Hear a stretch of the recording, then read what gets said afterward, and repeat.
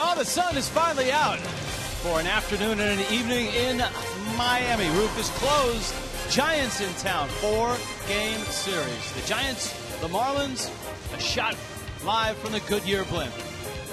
Hi, everybody. Rich Waltz along with Tommy Hutton. Welcome to Marlins Park. It's a 4-game series.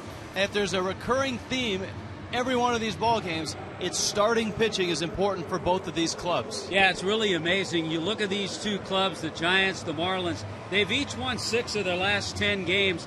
Most of those wins have been because of the starting pitching. And the two starters tonight have faced each other already this year. The Marlins, of course, went into San Francisco and swept the Giants, and Anibal Sanchez was part of that sweep. Yeah, and pitching was the theme in that series in San Francisco as well. How about Anibal Sanchez against the San Francisco Giants? Just tremendous. 4 starts. Look at his record. He beat Vogelsong 3-2 in that outing at AT&T. Gave up just 1 run and 7 hits in his 7 innings. Sanchi right now has gone 6 consecutive starts, allowing just 3 runs or less, 7 innings or more. Ryan Vogelsong, he has been on a nice roll himself, and he only gave up 1 earned run in that start against Sanchez. Yeah, he's 2-1, and his ERA is under 1 in the month of May. So that's the scene set.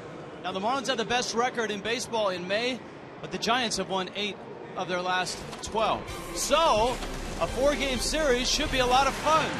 Giancarlo Stanton, a San Francisco legend, well, he faces the Giants for the 2nd time this year.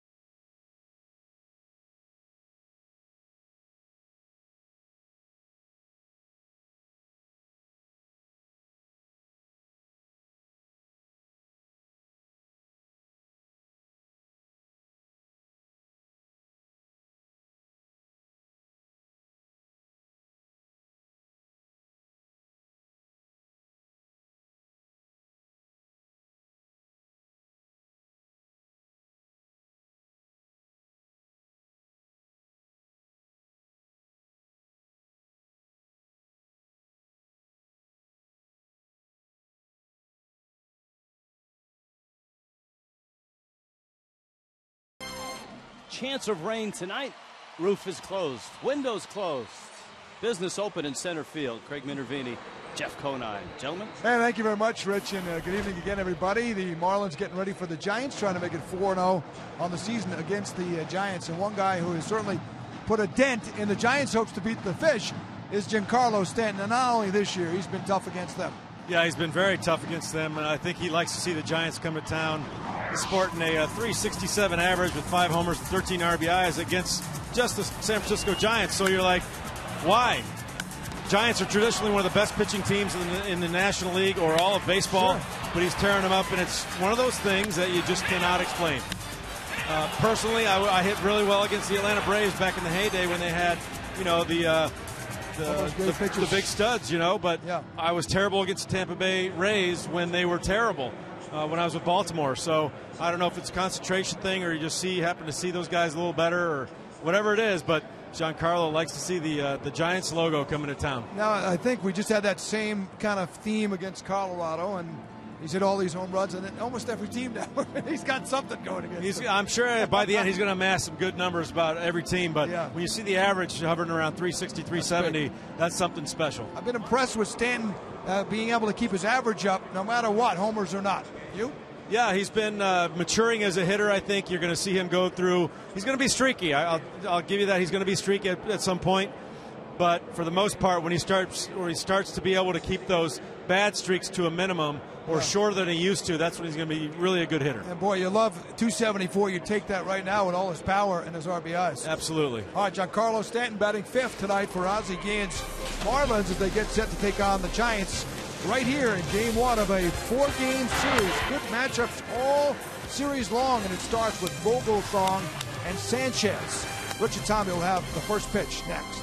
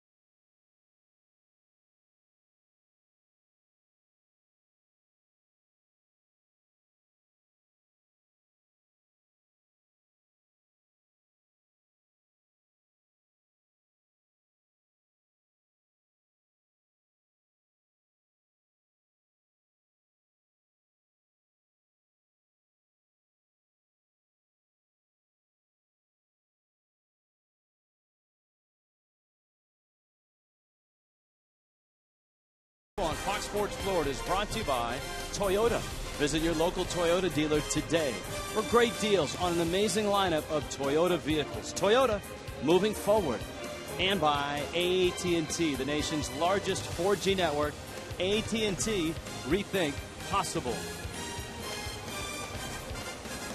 Live shot of downtown Miami as the Marlins and the Giants open up a 4-game series. Come on inside Marlins Park on a Thursday night. Here's the Giants lineup. Gregor Blanco is in right field. Brandon Crawford is at shortstop. Melky Cabrera is one of the hottest hitters in baseball right now. Buster Posey is hot as well. Angel Pagan is in center field. Brandon Belt getting the start at first base. Joaquin Arias is at third base. Remember, Pablo Sandoval is on the disabled list along with Freddie Sanchez. Emmanuel Burris is out at second. Ryan Vogelsong hits ninth. Then Anibal Sanchez faces San Francisco yet again. Boy, we told you about the tremendous numbers for Sanchez against the Giants. He has good numbers against just about everybody. Coming off a loss, but a 2-0 loss in Cleveland. He pitched well enough to win that game. Pinchapenny brings you the first pitch. And it's right down the middle to Gregor Blanco. Left-handed bat for Bruce Bochy's Giants. The Giants have won 8 of their last 12. They lost yesterday in Milwaukee, but they won 2 of the 3 in that series. A lot of left-handed bats between switch hitters and lefties. 6 in the lineup for Bruce Bochy tonight.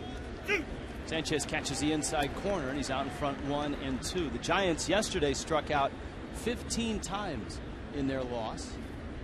Sanchez, of course, a high strikeout total this year. There's a fly ball that's flipped foul and out of play. Sanchez punched out 55 in 54 and a third innings. But he's going up against Ryan Vogelsong, who has had one of the best Mays in the National League. So a good matchup tonight. The 1-2 coming. Swing and a miss. And there's strikeout number 1 for Sanchez. Well, when Sanchez has that slider working, he can put lefties away just like that. Take a look at the defense set up by the Marlins. Dobbs. Find Greg Dobbs in the lineup. Chris Coughlin and Stanton in the outfield. Hanley and Reyes. Omar Infante, Logan Morrison at first, and Brett Hayes caught Anibal Sanchez in that game against Vogelsong in San Francisco. Brandon Crawford now, a fastball that is fouled out of play. Crawford, the last time the Marlins saw him, was struggling with the bat and was buried in the 8th spot in the order. He was 0 for 2 with 2 strikeouts against Sanchez in that ball game. Flips that one out towards Hanley Ramirez, and he makes the catch in front of Jose Reyes. I'm not sure whether to call that a pop fly, a looping line drive, or just a little flare. I think I'll put flare in my scorebook. Maybe jam shot is something that Bruce Bochy would use. There's Boch, of course, a great run in San Diego and a world championship in San Francisco. 12 years with the Padres. This is year 6 with the Giants. Hard to believe. 6 years now with San Francisco. And a solid year last year as well. They were 86 and 76. Melky Cabrera. Look at the average. And the hits are coming for Cabrera. Out into center. Coughlin wanders back. And Chris makes the catch. Giants down on a 9-pitch inning by Anibal Sanchez.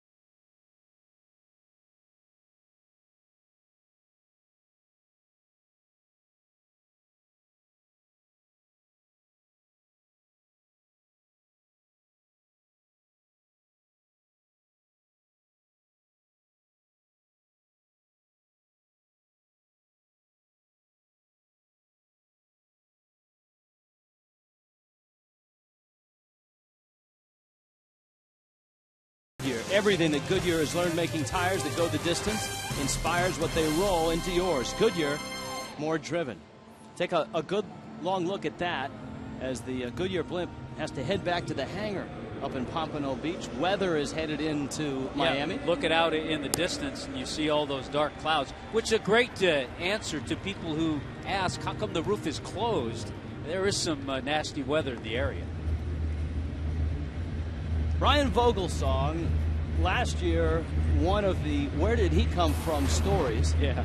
And he came from almost out of nowhere. He was out of the big leagues for 4 years, from 2007 through 2010, but he reemerged last year and was a National League All-Star. Yeah, where did he come from to the All-Star game? But he's having an unbelievable month of May. 2-1 in 4 starts, but an .095 ERA. Pitched in Japan in that absence. Vogelsong against Jose Reyes, Omar Infante, and Hanley Ramirez, and Vogelsong misses in, and it's 1-0. Now, Sanchez pitched great against the Giants to get the win in San Francisco. Vogelsong wasn't bad at all. 7 innings, 1 earned run, 1 unearned run, and 8 hits against the Fish.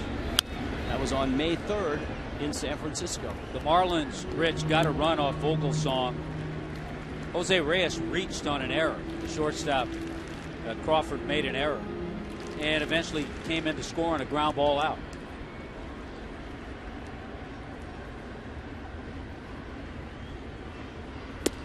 Vogelsong misses outside. And I think that's one of the things you have to really press against the Giants. They've made 46 errors. That leads the major leagues. As good as their pitching is, you can maybe work your way into scoring some runs on some misplays. Reyes has worked himself into a 3-1 count. Vogelsong has walked 20 in 47 2/3. Remember, Vogelsong opened the season in AAA because he was on the DL during the spring, and he misses in. That fastball ran in on Reyes. So Reyes is aboard. The rest of the Marlins lineup looks this way. Omar Infante was back last night. Hanley Ramirez at shortstop. Greg Dobbs in the cleanup spot. Giancarlo Stanton's in right field. Logan Morrison is at first base. Brett Hayes, second straight start behind the plate, had a double last night. Chris Coughlin is in center, and Anibal Sanchez hits ninth.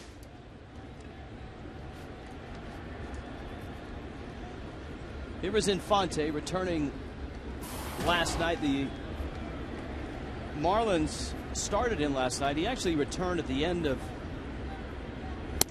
the fastball for a strike in the middle game against the Rockies, but his flight landed first in Fort Lauderdale, then hopped over to Miami, and he was in uniform but didn't start. Into the lineup in last night's ball game in that number 2 spot, and he was 1 for 4. Little cat and mouse here with Vogelsong and Reyes. 9 stolen bases, been caught once. We've got Buster Posey behind the plate. Posey has thrown out 5 of 21 base stealers this year. Posey, not too bad back there. Quick release, strong arm. Posey looks into the Giant dugout to see if the Giants want to A, throw over, B, pitch out, or C, just go ahead and pitch. Reyes not running, and Infante cuts on a fastball, fouls it back. Vogelsong doesn't overpower you, Tommy. He doesn't have the mid to upper 90s fastball. He has a lot of movement. Hitters are hitting just .214 against him. I don't know if he's in that category of being a comfortable over, because he still throws well enough. But yeah, he's a guy that's not going to overpower you. Leadoff walk, Reyes away from first. 0-2 coming to Infante. Up and in.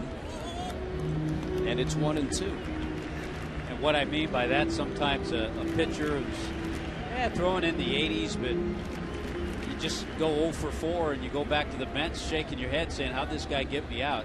That's a comfortable 0 for. And I don't think Vogelsong's in that category. And Infante's not in that category facing Vogelsong because he's 4 for 7. Not a lot of at-bats, but 4 hits. Hopped into right. Blanco comes in, and he makes the catch. lot of speed in the outfield for the Giants. Yeah, they do, and certainly in center field with Pagan, Melky Cabrera, Pagan, you saw Gregor Blanco. And then around the infield, Joaquin Arias, the youngster Brandon Crawford's made 10 errors. Emmanuel Burris, Brandon Belt, and Buster Posey we've talked about a little bit behind the plate. Now Hanley Ramirez. Hanley continues to swing the bat well. He did not have a great series in San Francisco. He was 2 for 4 last night with a double. His average up over 250 now.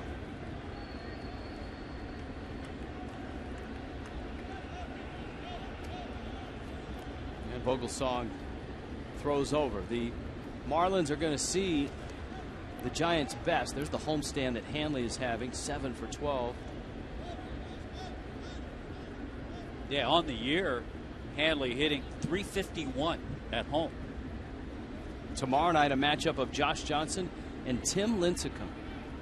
Though Lincecum is not having the best of seasons, neither is Josh Johnson. If you were to pick up these notes a year ago and say it's a J.J. Lincecum start, you'd be thinking, all right, they're going to be leading the National League or close to it in ERA. Johnson's ERA 4.82, Lincecum's 6.04. Mark Burley, Madison Bumgarner, lefties on Saturday afternoon. Remember, that's a 4 o'clock start. And Ricky Nolasco, Matt Cain on Sunday at 1. Well, you have to really be careful. Mike Kozak checking with Hanley Ramirez, certainly with the injuries, with Austin Kearns having to be placed on the disabled list. And you know, you see a foul ball like that, it makes you think about Cody Ross. The Red Sox fouled the ball off his foot, broke a bone in his foot, and had to go on the disabled list. So hopefully that is not the case. That looked like it hit him up on the knee. That's even worse, but hopefully Hanley can walk it off and it'll progressively get better. But that was a clean hit.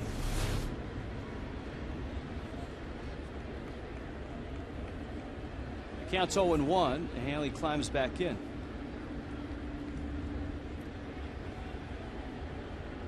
The starter that the Marlins will miss, Barry Zito. He did not pitch well yesterday in the 8-5 loss for the Giants in Milwaukee. Almost hit him. Well, you foul one off your knee, and then the next pitch almost gets you. That's one thing Vogelsong does well, though. In and out. Certainly keeps you honest on pitches inside. Hanley really taking his time between pitches. Reyes still anchored at first.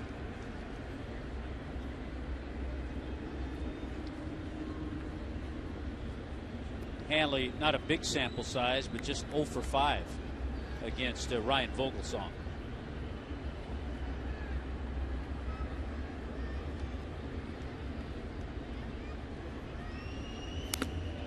Another pitch that was up and in, and if Hanley could choose to, he probably wouldn't have swung, but he's really hurting. You see him limp out of the box. The Marlins have had just a rash of injuries. Emilio Bonifacio on the disabled list. They had to place Austin Kearns on the disabled list today as well. Kearns on the DL with the hamstring strain. Kevin Madison has been called up, and it was announced that Emilio Bonifacio is going to have surgery on that left thumb, though it might not keep him out much longer than it would if he had not had surgery. So hopefully 4 to 6 weeks. Hopefully it's 4 weeks and not 6.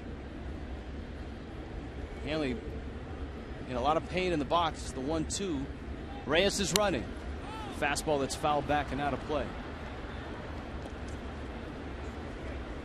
Reyes got a good jump. And with one out here in the bottom of the first, let's see if he's running again. You know, not a hit and run because of the count, but because of that jump and the second baseman covering, there was a real nice opening on the right side. Hanley got a pretty good pitch to hit that way. Got a fastball out over the plate.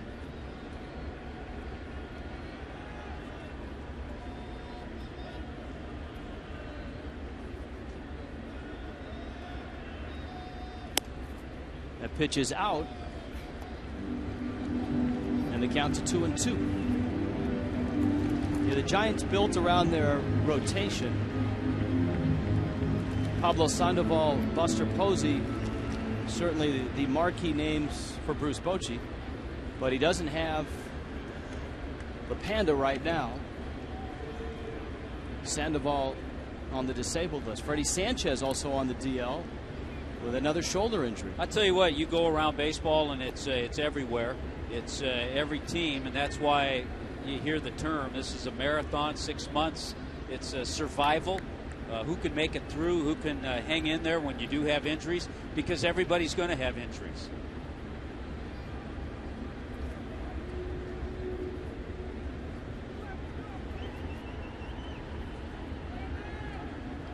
Reyes not running. And he pops it foul and out of play. Let's scout Ryan Vogelsong. Well, let's check on that report. Let's see what it has to say. Brought to you by Coventry Healthcare. He cuts and he uses a two-seam. He has a tight 12-6 curve, and we've talked about him being well-traveled. 15th year as a professional, but just his 6th year in the major leagues. 10 minor league cities, Japan, Venezuela. He's been all over the place. And whatever he's done to arrive here, it's finally clicked in. The All-Star season last year, his ERA was 2.71. 2-2. That pop-up is going to be playable. Crawford makes the catch. And so Hanley slowly walking back towards the dugout. Here comes Greg Dobbs. This is one of those situations. Now, I don't know how bad that is with Hanley, but he has to realize the state of the club. And with Kearns, DL, and Bonifacio out. And if he's not 100%, he still might have to go out there and play so his bat stays in the lineup. The Marlins bench, up until this point, has been a strength with Greg Dobbs and Austin Kearns. But Kearns is now on the disabled list, and Dobbs has been starting now. Ball in the dirt. Reyes got a pretty good jump, and Posey's throw almost ends up in center field. We talk about that so much. It's great to see it put into effect. And when you have the kind of speed and reactions that Reyes does, watch this. Ball in the dirt, he takes off. He doesn't wait to see where it goes. I mean, a lot of times, if it goes right in front of the catcher, you might be thrown out. But a good percentage of the time, you're going to make it to second base. And with the high throw, Reyes got into scoring position. The count's 1-0 to Dobbs. Dobbs with a RBI hit early in the ball game last night. Now has 9 RBIs on the season, a .270 average. But the point is that now the Marlins bench is relatively thin on experience and pop. Donovan Solano, Kevin Madison, Donnie Murphy, and Brian Peterson. John Buck. That's the Marlins bench, and Hanley grimacing in the Marlins dugout. Trying to walk it off. One guy who certainly has to look at the lineup card when he walks into the clubhouse is Greg Dobbs. He has to see where he's playing.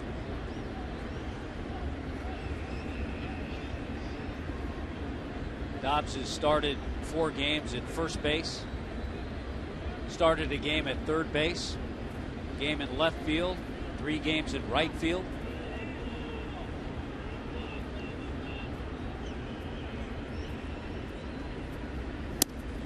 Vogelsong misses in. And it's 3-1 to Dobbs. Making him work. His pitch count's right at 20 now.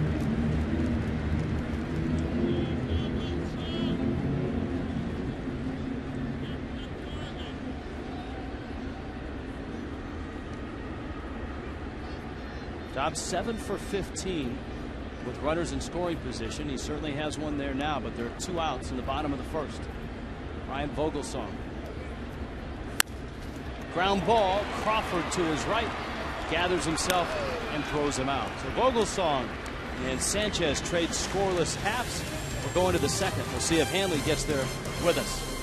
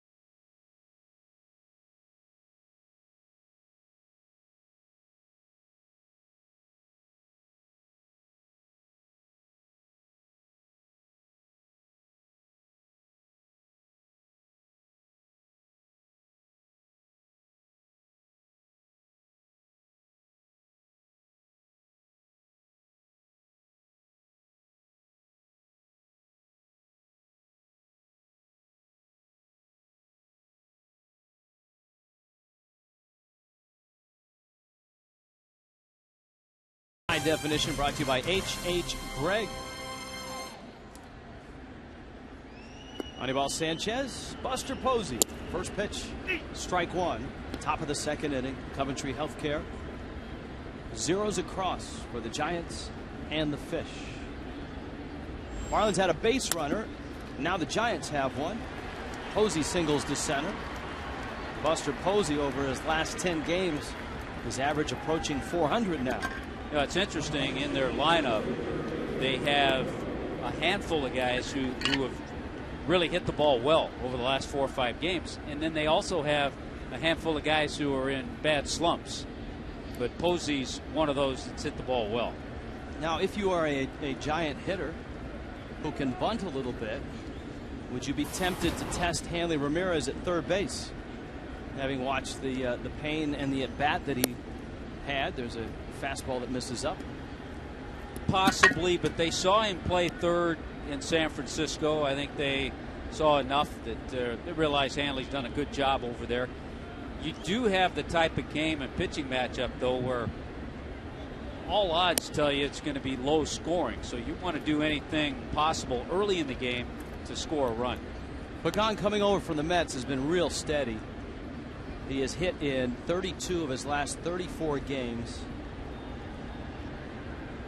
And since mid-April, well over 300. He's a nice fit for the Giants and for that ballpark. He's got good speed. He can play a variety of outfield spots. Fouls it off. The Giants kind of rebuilding their outfield with Melky Cabrera in left, Pagan in center, Gregor Blanco in right. Very different look than Carlos Beltran, Cody Ross. Even Aubrey Huff played some games out there last year. Huff has rejoined the team, but is not in the lineup tonight. Fastball, ground ball. Sanchez has it. Fires to Reyes, who turns it in time. 1-6-3 on the double play. Anibal Sanchez has gotten real good at that lately. Over the last couple of years, not just this year. But he knows it can really help himself. He turns. He almost makes that play like an infielder. The way he turned and gave the nice throw to Reyes to complete the double play. I think one of the big hurdles for Sanchez was shedding those 25, 30 pounds a couple seasons ago, and he's kept it off. Breaking ball, a strike to Brandon Belt. A terrific name for a left-handed hitter, especially a guy out of the University of Texas who lit it up as a Longhorn. Swing and a miss, and he did the same in the minor leagues for the Giants, though he wasn't in the minor leagues all that long. He shot through 3 levels in 2010. Got to San Francisco for 63 games last year. That's a pretty good pitch right there. 94-mile-an-hour fastball that's, wow. You could say it's on the black or just off the black. Take your choice. According to Wally Bell, just off the black. But if he threw it there again, I'll bet you it'd be on the black. Here's the 1-2 coming. You're a hitter, and you take that pitch, and it's called a ball. You know if that same pitch is thrown the next pitch, you better be swinging. Belt, one of those hitters that you talked about, either up or down, and he's down right now. 0 for his last 13 with 8 strikeouts. He's one of the modern day sluggers, though, that has power and patience. Got 17 walks on the season. Sanchez strikes him out. A pair of strikeouts through 2 innings for Anibal Sanchez. Bottom of the second, Giancarlo Stanton against the Gigantes when we return.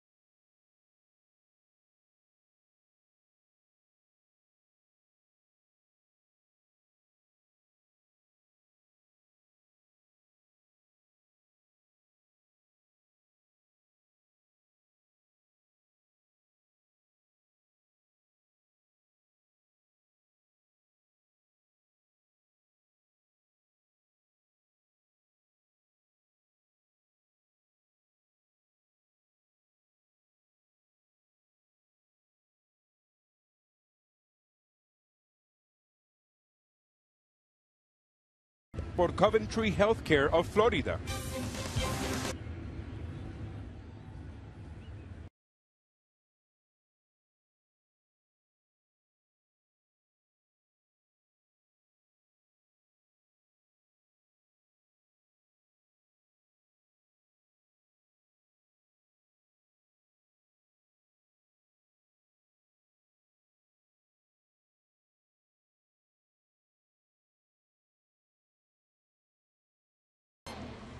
Marlins Park, Fish, and Giants. Giancarlo Stanton digs in. Ryan Vogelsong looks in to Buster Posey. Stanton, Logan Morrison, Brett Hayes in the second. Vogelsong cuts a fastball and it darts outside. Good sign. A couple of young hitters trying to eye Vogelsong. This was last inning when Dobbs was up. Getting ready, loading up, just trying to time Vogelsong a little bit.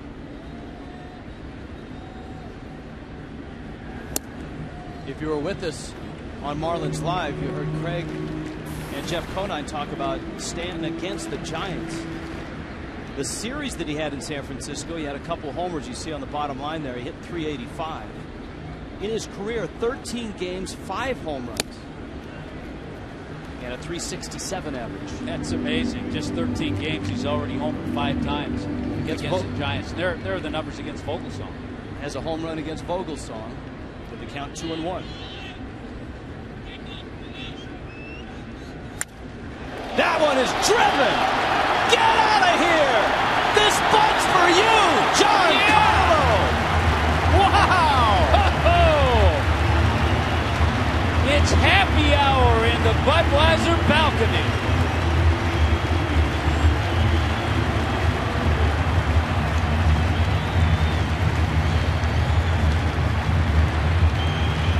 A rocket to left center and a 1-0 lead.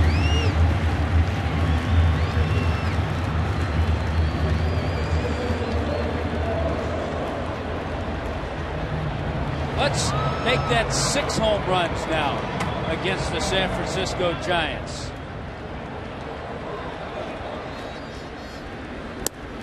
Morrison takes a changeup for a strike.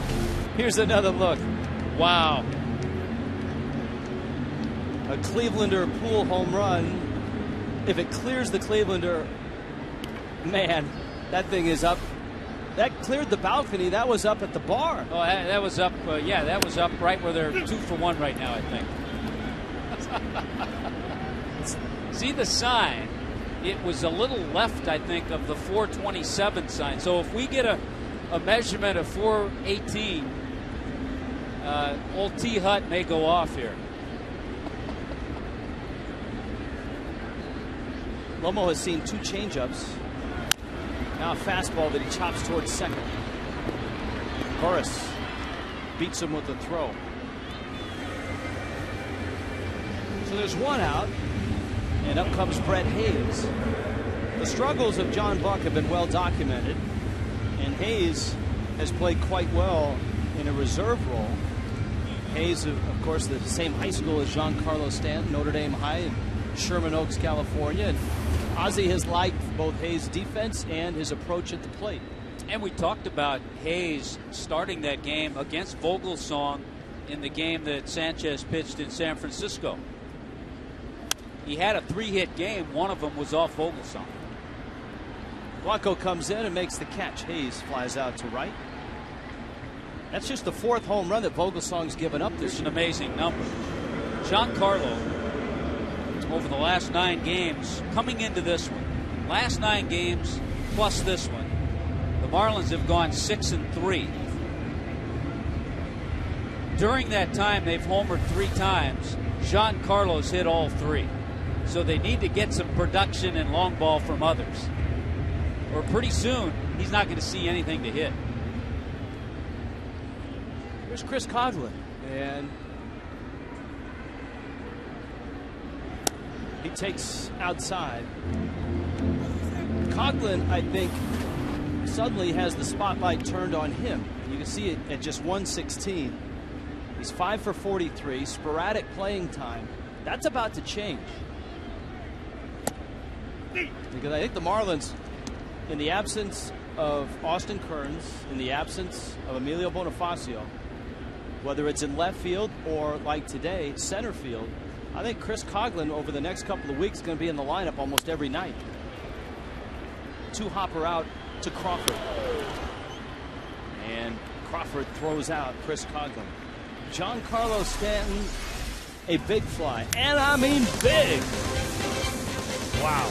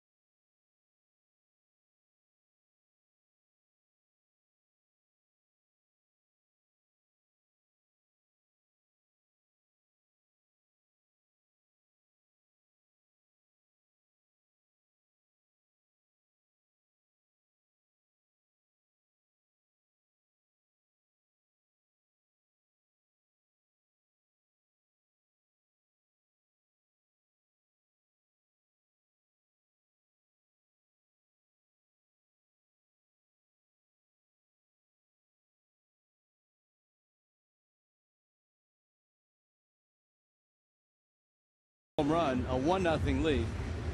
For the Marlins, this copyright telecast presented by the authority of the Miami Marlins may not be reproduced or retransmitted in any form, and the accounts and descriptions of this game may not be disseminated without the express written consent of the Miami Marlins. Let's head out to left field. Craig Minervini. Craig? Rich, the big horses all have another, right? These days going for the Triple Crown. David here, the baseball almost had another. The bartender, this is where the ball hit. Tell me where it hit, Dave.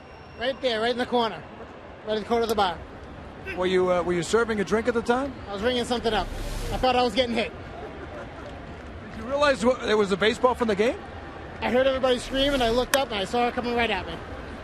And it landed really about a foot in front of you. Right there, right in the corner of the bar.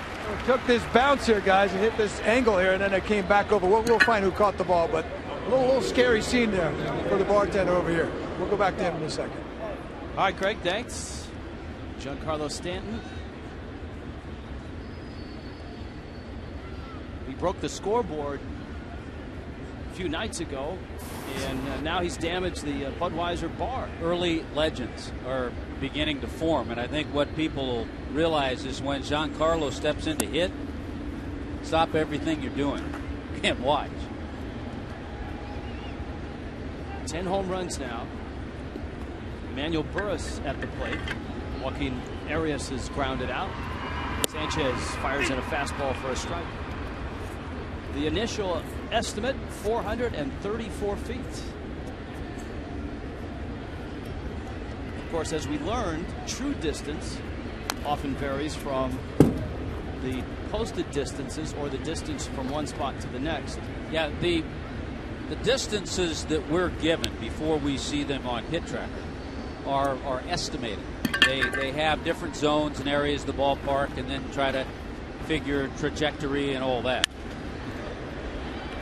Liner into left field. That's a base hit for Burris. Second hit for the Giants. Single by Posey and now a single by Burris. Brings up Vogelsong. Well, trajectory-wise, I mean, that's at least, what, 35, 40 feet up? Maybe 45? Well, because, yeah, right below the 427 mark on the fence in left center, it's 386. Bunt down the first base line from Vogelsong is foul. So then you take it a little higher than that into the bar right in there. I wonder if there was a cover charge on that shot. Well, the one thing they did was they did stamp the ball's hand in case the ball wanted to come back later in the night.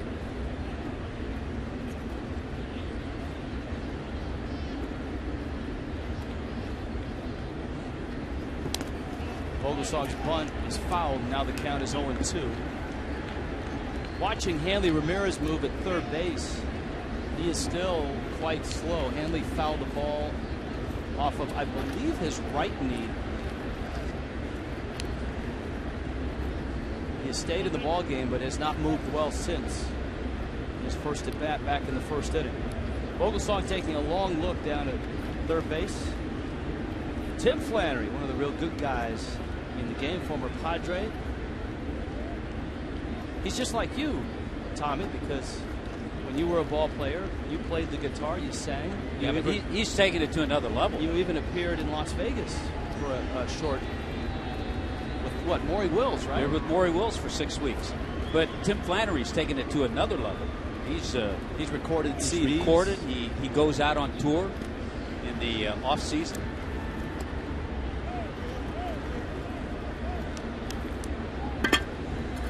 Little Jimmy Buffett with a baseball flair is Tim Flannery. Runner goes, little hit and run, popped foul and out of play.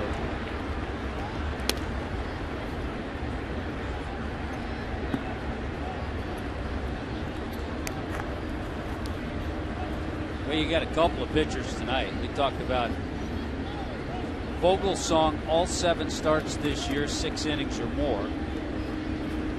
Anibal Sanchez has gone 6 consecutive starts of 7 innings.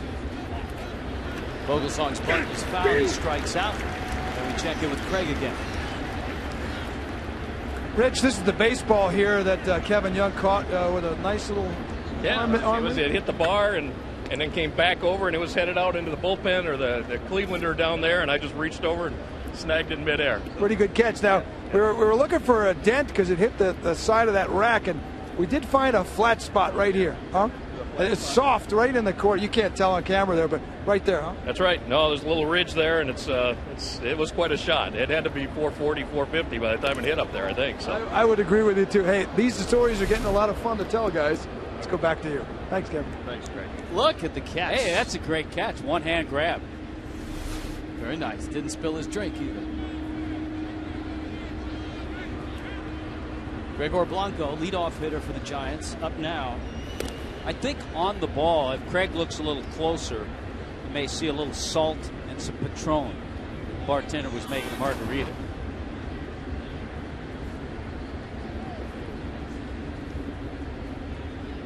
You know, the fun part is you don't know what he's going to break next. I mean, is he going to hit one through one of the windows? Possibly. Is he going to knock a Marlin off the home run sculpture?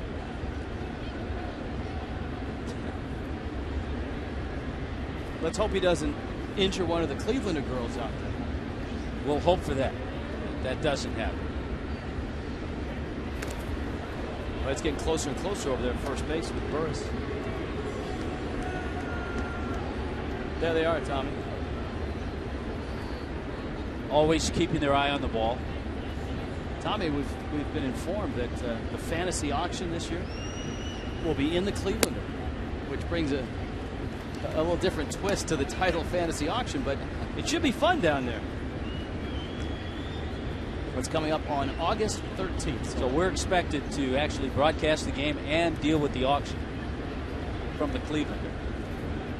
Hey, I know it's tough work. Runner goes, swing and a miss. Hayes' throw picked, but sliding in there, and the ball popped out of Reyes' glove with a stolen base. His third of the season is Emmanuel Burris. On the year, Brett Hayes has done a nice job. 4 for 10 in throwing runners. Got a tough pitch to throw on. Little low, picked nicely by Reyes. He was in there before the tag was applied. But he was in there long before the tag. Giants have a runner in scoring position. Blanco struck out back in the first. Sanchez with the count 2-1. Outfield not real deep right now. Swing and a miss at the changeup. He's broken out a couple of good changeups here in this at bat to Blanco. When he gets that working with the slider, with the fastball, he is tough.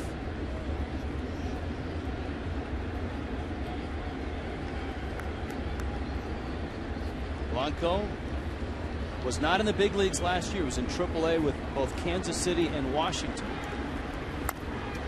Pulls it down the first baseline. Marlins saw a lot of him with the Atlanta Braves. He spent 2010 with the Kansas City Royals. Remember when the Marlins struggled so badly, and they're still hitting .223 with runners in scoring position. The Giants are .208. The only two clubs in the National League worse than that, San Diego and Cincinnati. Cincinnati is a team that you're really surprised to see on that list with all the. They're a half game out. With all the firepower they have.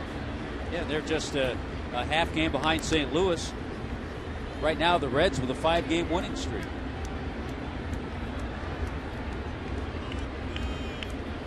Taking on the Braves tonight. 2-2.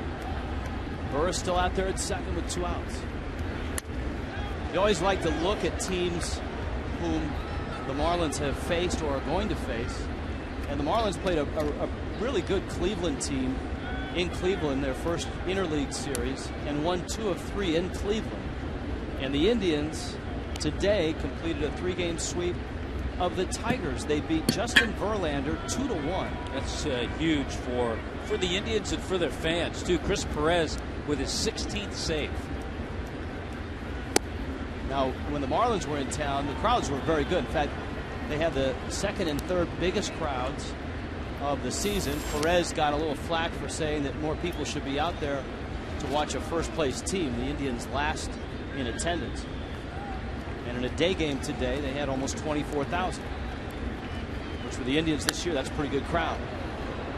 Liner foul. Boy, this next pitch coming to Blanco will be number 10 in this at bat. So he's really made Anibal Sanchez work. A pair of Venezuelans going at it here. Sanchez and Blanco.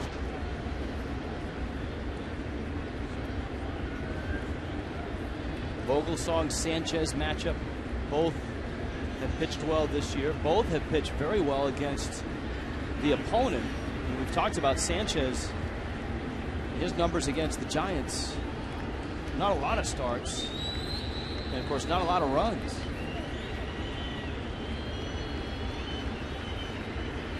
Breaking ball down low. Blanco, that's a well-earned walk.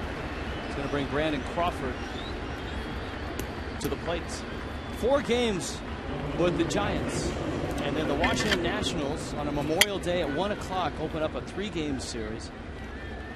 Outback Military Monday, appropriate on Memorial Day. It's a 1:10 start. Wednesday, fans get an Emilio Bonifacio t-shirt courtesy of Leon Medical Centers. 1-877 Marlins, or go to marlins.com. Oh, it'd be great to see a nice Monday Memorial Day crowd, that 1 o'clock game. Crawford a swing and a miss.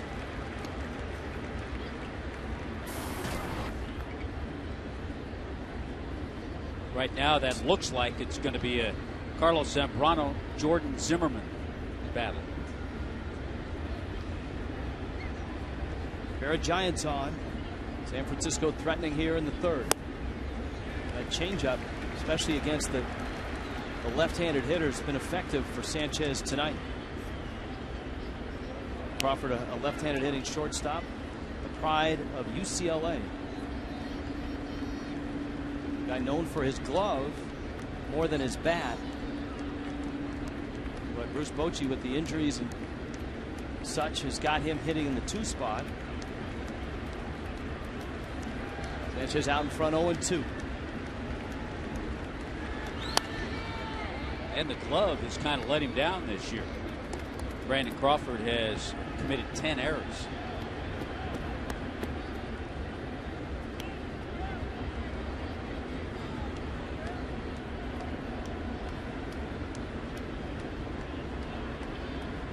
Blanco out there with Burris.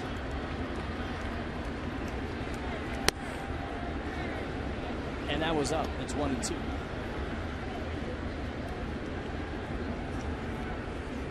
The pace of this game has really slowed down. Vogelsong, Ever since the Blanco at bat. for Sanchez, for Vogelsong, he slowed down when Reyes got aboard in the 1st. Did he go? No swing. A lot of the Marlins started towards the dugout. Michael Chinsky, third base umpire, said no swing.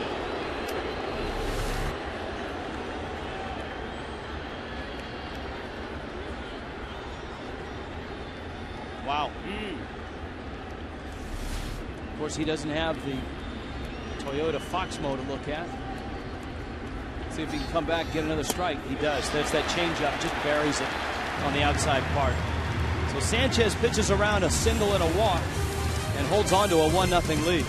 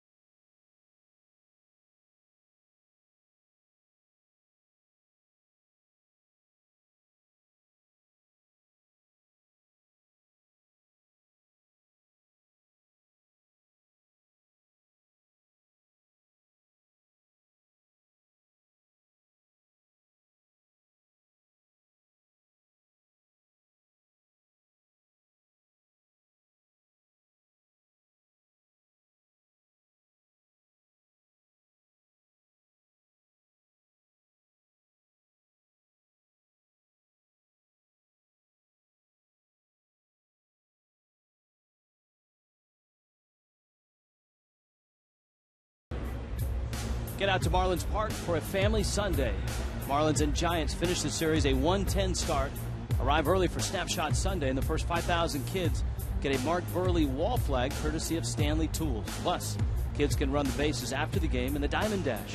For tickets, 1-877-MARLINS or go to marlins.com. Moneyball Sanchez with Jose Reyes and Omar Infante in the bottom of the third in a 1-0 game, and that one was another titanic blast by Giancarlo Stanton. He didn't break his scoreboard. He just crashed the party at the Budweiser balcony bar.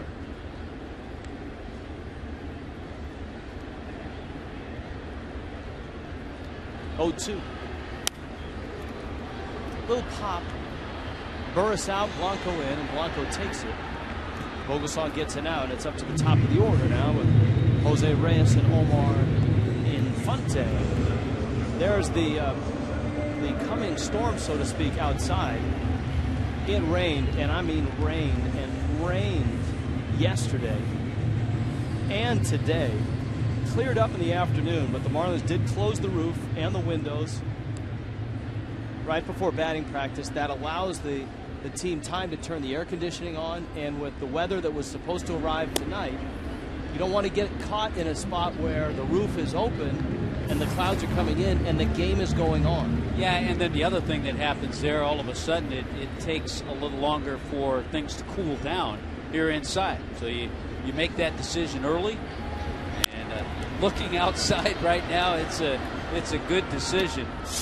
And this is an area, we know this, we live here, but look at the numbers on the annual precipitation in Miami. 61.9 inches starting at 8 a.m., 10 inches in 24 hours at the airport across the way yesterday.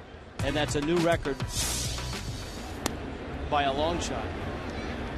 Vogelsong gets a swing and miss from Jose Reyes. And, much like in Houston, from this point forward, you're going to see the roof closed, the windows closed, the air conditioning on. So you can come here, see a good ball game, relax in some wonderful comfort. And you won't get swamp butt, which was common at the old place. Reyes sends it out to left. Cabrera is there and makes the catch. It's okay to get that on the golf course once in a while, but you don't want to get it when you're watching a baseball game. No, I mean, sweating through your clothes and then getting rained on. No thanks. Infante with 2 outs and nobody on. First to 4 against the Giants. Marlins swept the Giants in San Francisco. That was when the Marlins were on quite a tear. They swept in San Francisco, they swept in San Diego, and then took 2 of 3 in Houston against the Astros. And it just kept on winning. The Marlins 16-6 in May, the best May in baseball. A lot of pop-ups against Vogelsong. Looks like this inning he's using his changeup a little more. So he's had a couple of hitters. Reyes, that time on the pop foul. Infante out in front a little bit.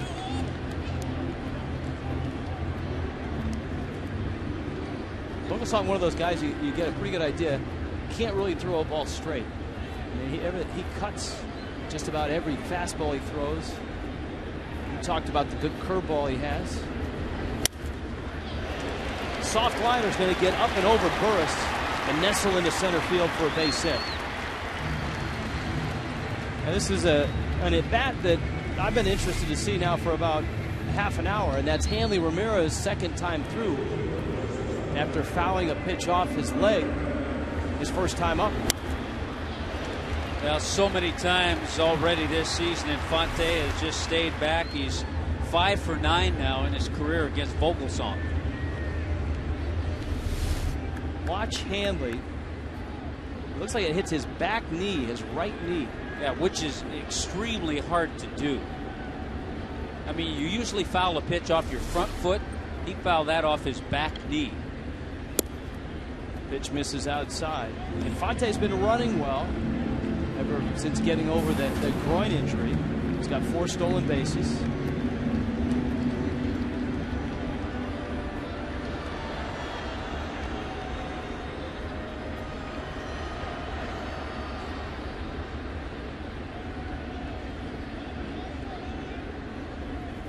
So Stanton has reached the Budweiser bar out there. In batting practice, Hanley hit one over the Budweiser bar.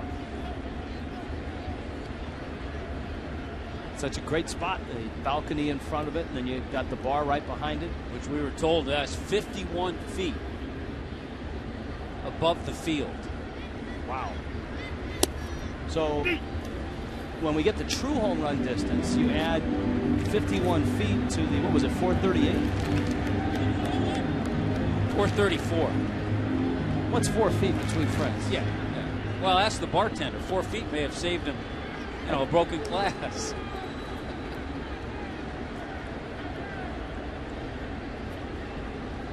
The ball off the scoreboard was 462.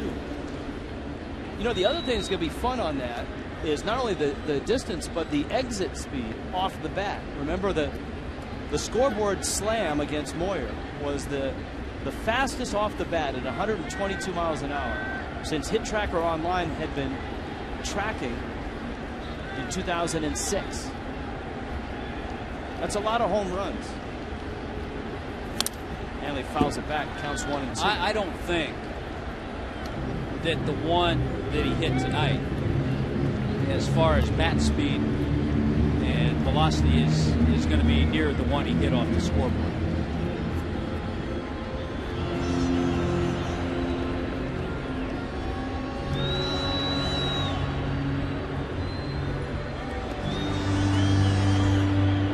One and two.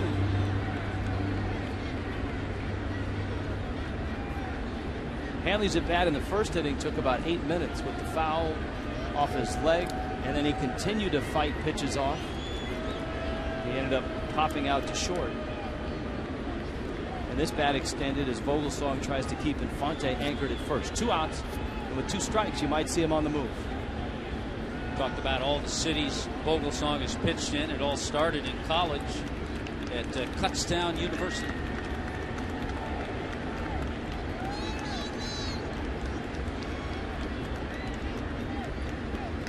He's running on the 1-2. It's high. Posey's throw is high as well. Infante has his 5th stolen base.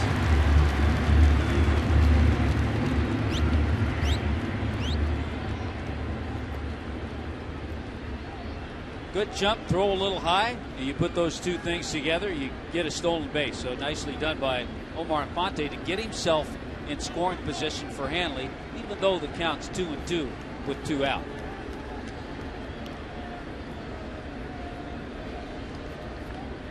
Marlins have a lot of firepower banged up. Now on the disabled list, Hanley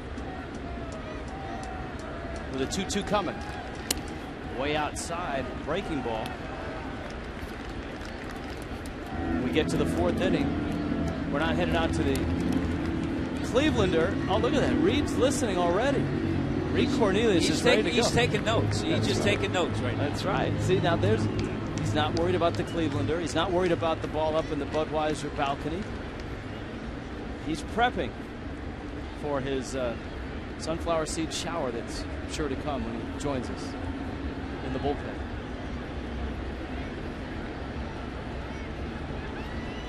Three-2 coming to Hanley. Infante at second. Foul back to the screen. Greg Dobbs on deck. Dobbs has certainly been a big part of this 16-6 run in the month of May. Well, he's got big hits when he's been in the lineup. He's got some key pinch hits. And that series in San Francisco kicked off the month of May. Marlins arrived in San Francisco on May 1st, and they were 8-14, and they had lost 8 of their last 9. Fisher 4 over now at 24-20. Hanley drives that ball left center field deep, but Pagan is back, has room, and makes the catch. We're headed to the bullpen, figuratively and literally, when we return. It's 1-0 Miami.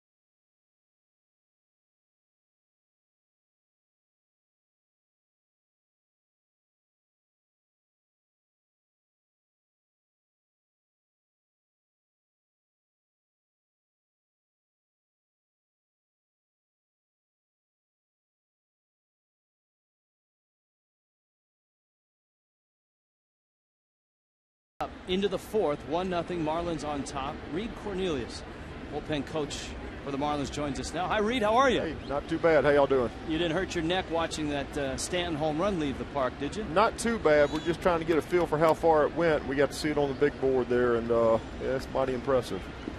Melky Cabrera's up. Sanchez throws a strike. Reed, how's the view down there from the new bullpen? It's not too bad. You know, it's a lot of places we go to, you can't see the whole field, but right here, you know, we have a pretty good view of what's going on. Little looper, it's going to land. Dobbs picks it up. Cabrera, big turn. Dobbs makes a nice throw, and Cabrera gets back to first. Greg Dobbs holding Melky Cabrera to a single.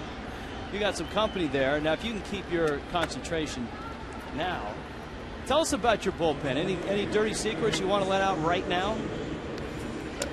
There's quite a few. I probably can't share them on the air right here, but you know, I visited a 4th grade class this morning with the Spada and Mr. Kearns, and it's very similar.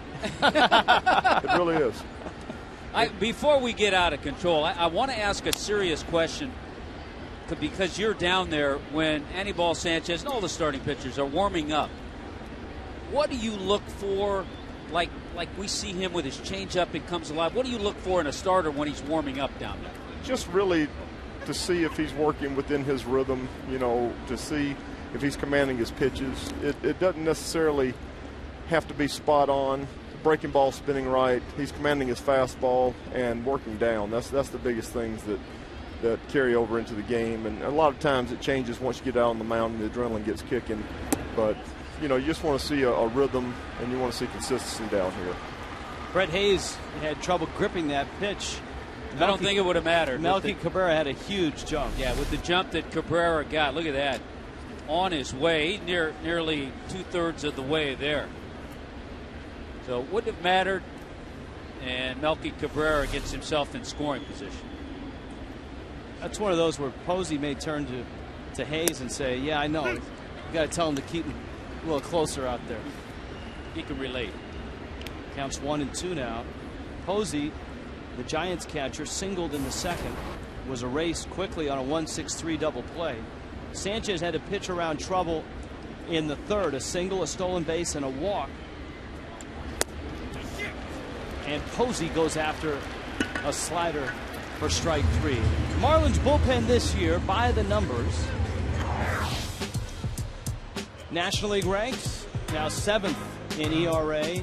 Home runs allowed, the lowest in the National League. And opponents hitting just .234. So Reed, all in all, a very solid effort out of the bullpen this year. Yeah, so far they've been very good down here, and they've kept us in ball games and done a very good job for us.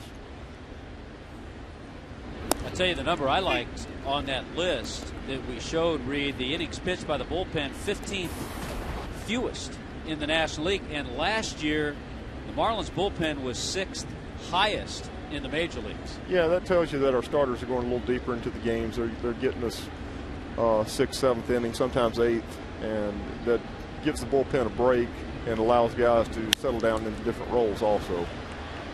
Pagan flips that one foul. How do you like your new digs compared to the old place? It's a lot cooler down here, that's for sure. You know, those day games are not nearly as hot. It is a beautiful stadium, and it's got a good feel to it. How do you keep your relievers from peeking over at the Clevelander? That's a chore for the most part, but you know, they are professional. They know when they're going to be in there. They know the situations of the game, and they're always prepared to go out there. Reed, how about the changes in the phone? Didn't they change the ring or the tone early on because it was hard to hear? The first couple games, especially against the exhibition games against the Yankees, I had to sit right next to it. It was very low with the ringer. They ended up adding a louder bell to it, and they've also They've also put a light out here also, so it's a little bit easier to hear, and it gets tough at times with the music, with the crowd being loud. It's a lot louder here than it was at the old place. It looks like that's a nice shot. It's a wonderful looking family. It looks like a Christmas card. Oh goodness, no, hope not. Another foul ball, and it's out of play. One of the guys that has had a really nice start is Ryan Webb, and 20 games, an ERA of under 3. His whip, he is below 1, 8th lowest in the National League. Talk about Ryan. Ryan has thrown the ball very well this year. He came in and you know, had a little bit of an injury problem last year, and he has been solid for us. You know, he's got great stuff, and he's been attacking the hitters and been working ahead, and has done a great job. Broken bat flare is going to land in center, and it's going to put the Giants on the board. Melky Cabrera scores. Angel Pagan busted his bat and ties the game. Good base running by Cabrera to pick up this ball and realize it's going to get over the head of Jose Reyes. If he pauses, he probably doesn't score. He got a good jump. Now you have to be careful with Pagan at first base as far as a steal. A little Oviste from the Giants. In good spirit. Not like that knucklehead Wilton Lopez in Houston. Throw to first and Pagan is back. Sorry about that, Reed. I take editorial license sometimes. Brandon Belt is up. It's interesting as we have Reed on with us down in the bullpen, Reed Cornelius. The bullpen, Reed, is like a separate family. I mean, it's a 25-man roster, but the bullpen's like a separate family down there. Yeah, sort of a different feel down here. You get a little bit of separation, I guess, from the position players and the starters. But these guys come out together every day. They usually throw together and do their conditioning together. So, you know, we are a team, but this bullpen is definitely their own separate unit down here.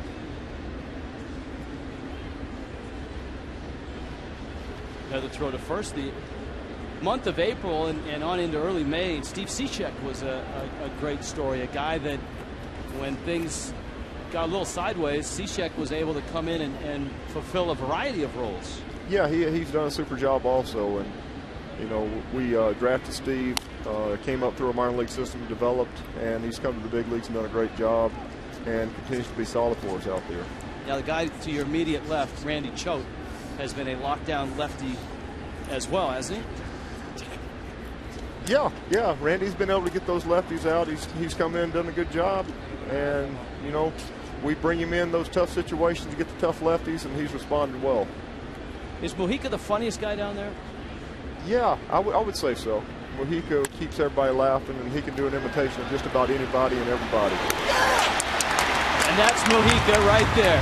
Nicely done, bullpen. Right, good job, good everybody. job, guys. Give yourself a hand. Way to go. Hey, thanks, Reed. guys. Thanks a lot. Appreciate it.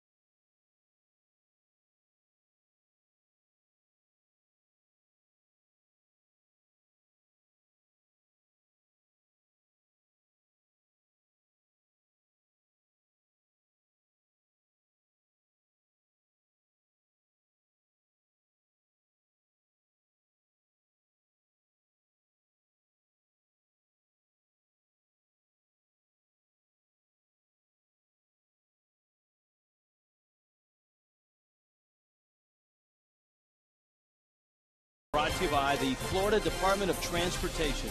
Drive sober or get pulled over. And by 5 Hour Energy. 5 Hour Energy salutes the troops.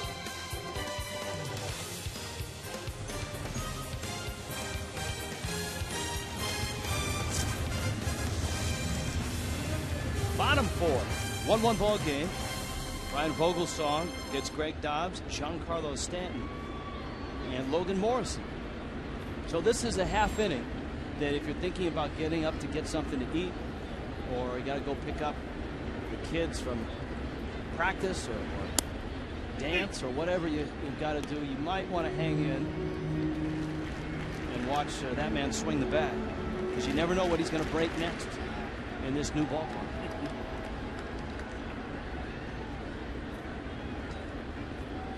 Dobbs bounced to short back in the first. The Budweiser bow tie bar had a visitor. Wow. Dobbs looked back at Wally Bell like, are you kidding me? And it's 0-2. And rightfully so. And that's frustrating for any hitter, but especially a guy like Dobbs, who really has a knowledge of the strike zone, really looks for pitches, certain areas, and all of a sudden, instead of 1-1, he's in the hole, 0-2. Breaking ball, he was on it, lines it to right, and it falls for a base hit. No problem for Greg Dobbs.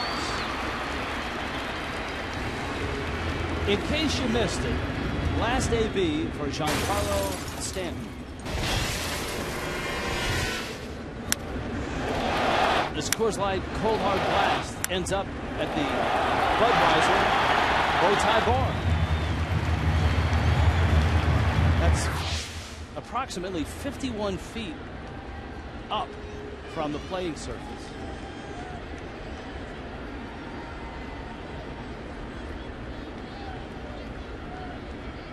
When you watch the swing that we just saw from that side view, the strength that he generates from his lower half, from his legs, unbelievable.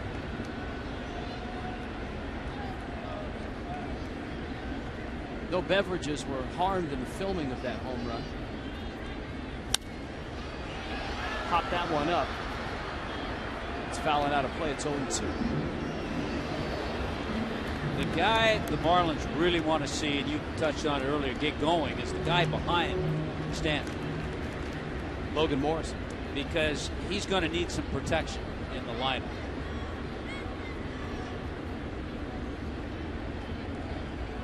Dobbs a leadoff single here in the fourth. Vogelsong has given up 3 hits. Infante and Dobbs with singles. Stanton with his 10th home run of the season. 3 of those home runs have come at the Giants' expense. This is only the 4th game against San Francisco this year. And as I mentioned, over the last 9 games now, plus 3.5 innings of this game, the only 3 home runs the Marlins have hit in that span have been hit by Stanton.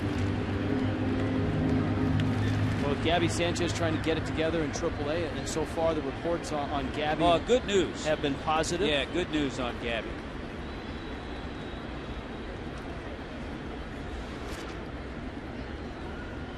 It's in the dirt. Gabby's done a couple of things. In the 4 games he's played, he's 4 for 10.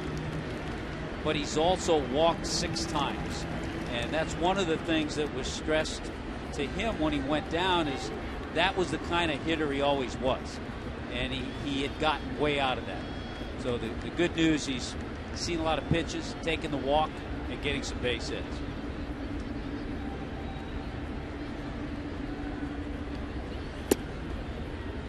Fastball misses in. And so the count now 2 balls and 2 strikes. But you're right about needing protection, because everybody watches the highlights. MLB Network, ESPN, Fox. They see the home runs. They see Stanton. Changeup in a real good one. Boy, that was a good one.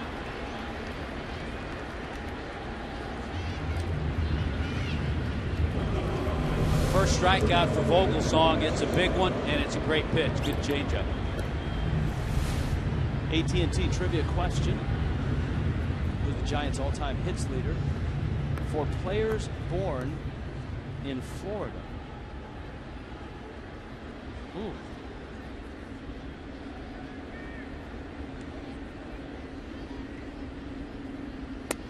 Morrison checked his swing. No swing. Players born in Florida.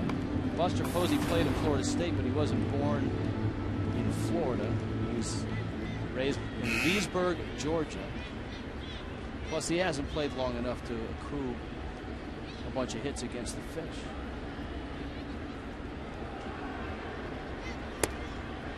That one runs away.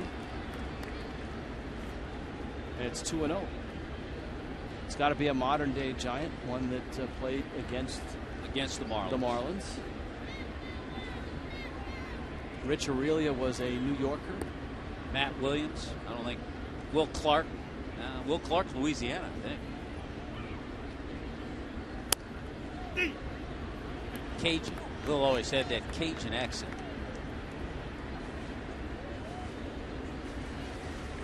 Okay, I misread the question apparently. It's all-time hits leader for the Giants who was just born in Florida, not against the Marlins, just a Floridian. Here's a 2-1. It's in the dirt. What does that say to our viewers, though, when you and I misread it? Which we've done on many occasions. It says an awful lot about us. That's what it says. Brett Hayes is on deck. Morrison's in a good hitter's count, Tommy, at 3-1. You would hope, and you'd like to sit on a nice fastball here, even though Vogelsong has thrown some good changeups. But you'd like to be ready for the fastball. See if he gets it. Boy, he got the changeup. See, that tells you all of a sudden he feels real good about that pitch. And you can't fault. The toughest part about hitting a changeup is that the arm action is fastball. It's different than a slider or curveball. You can't pick up rotation. So right there, Lomo's thinking fastball, which most hitters would, and he got a good changeup. So he's thinking fastball, and he saw fastball, but it was actually the changeup. Yeah. Runner goes, ground ball, foul. All right, Giant that was born in Florida and has the most hits among Giants.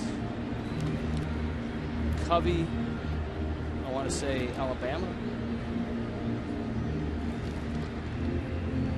Jim Davenport, I have no idea. One of your favorites. You always throw Johnny LeMaster out. LeMaster didn't have enough hits to lead anything. But he is one of my all-time favorites. Or Dirty Al Gallagher. 3-2 pitch coming. Runner on the move. Morrison hits a fly ball towards the line and left. Cabrera back and over. Makes the catch. Dobbs, after the leadoff single, retreating to first. He's still there, and there are 2 outs, and here comes Brett Hayes. Boy, the struggles just really continue for Logan Morrison. 2 for his last 29 with that fly ball out. And not the swings. He's not there yet. He's going to get there, but right now he's put in a lot of time with Eduardo Perez. You talked to Eduardo today about the time spent with Lomo. Yeah. Morrison and Perez doing a lot of work. There's Brian Peterson and Eduardo Perez. Throw to first. Dobbs is back in. I think Vogelsong has thrown over to first more than any pitcher the Marlins have faced this year. You got Hayes on a fly ball out to right. Can we get an era from this Giants player? 60s, 70s, 80s, 90s? Runner goes, driven into left. Dobbs around second. He'll stop there. Marlins started the runner, and Hayes punches one into left, and here comes Coughlin. Yeah, Greg Dobbs with just 1 stolen base, but boy, he got an unbelievable jump. And with 2 out, Hayes got a pretty decent pitch to hit. So the inning continues. It's not a hit and run because with 2 out, the hitter doesn't have to swing there, but if you are the hitter in that case and you see the runner take off and you get a pretty good pitch to hit, it's a good idea to try to put it in play because you might have a hole or 2 open on the infield.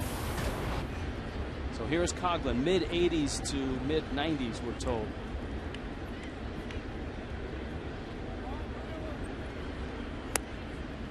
Where was Chili Davis born?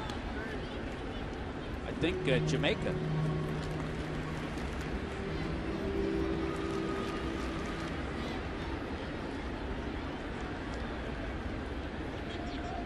Hayes out there with Dobbs. That changeup for a strike, and Vogelsong will throw it at any point, even when he's behind in the count. His first one was actually a strike. It was called a ball. Pitch 2 was outside of Fox Tracks, but I guess they even up, and the count's 1-1. But of course, it leaves you as a hitter a little confused as to what's a strike and what's not. He's climbing the ladder on Coughlin. He's working further and further away. Ryan Vogelsong, 68 pitches already. And Coughlin hits a soft fly ball to left. Cabrera calls and catches. Marlins leave a couple more out there. We've played 4 in Miami, 1 apiece.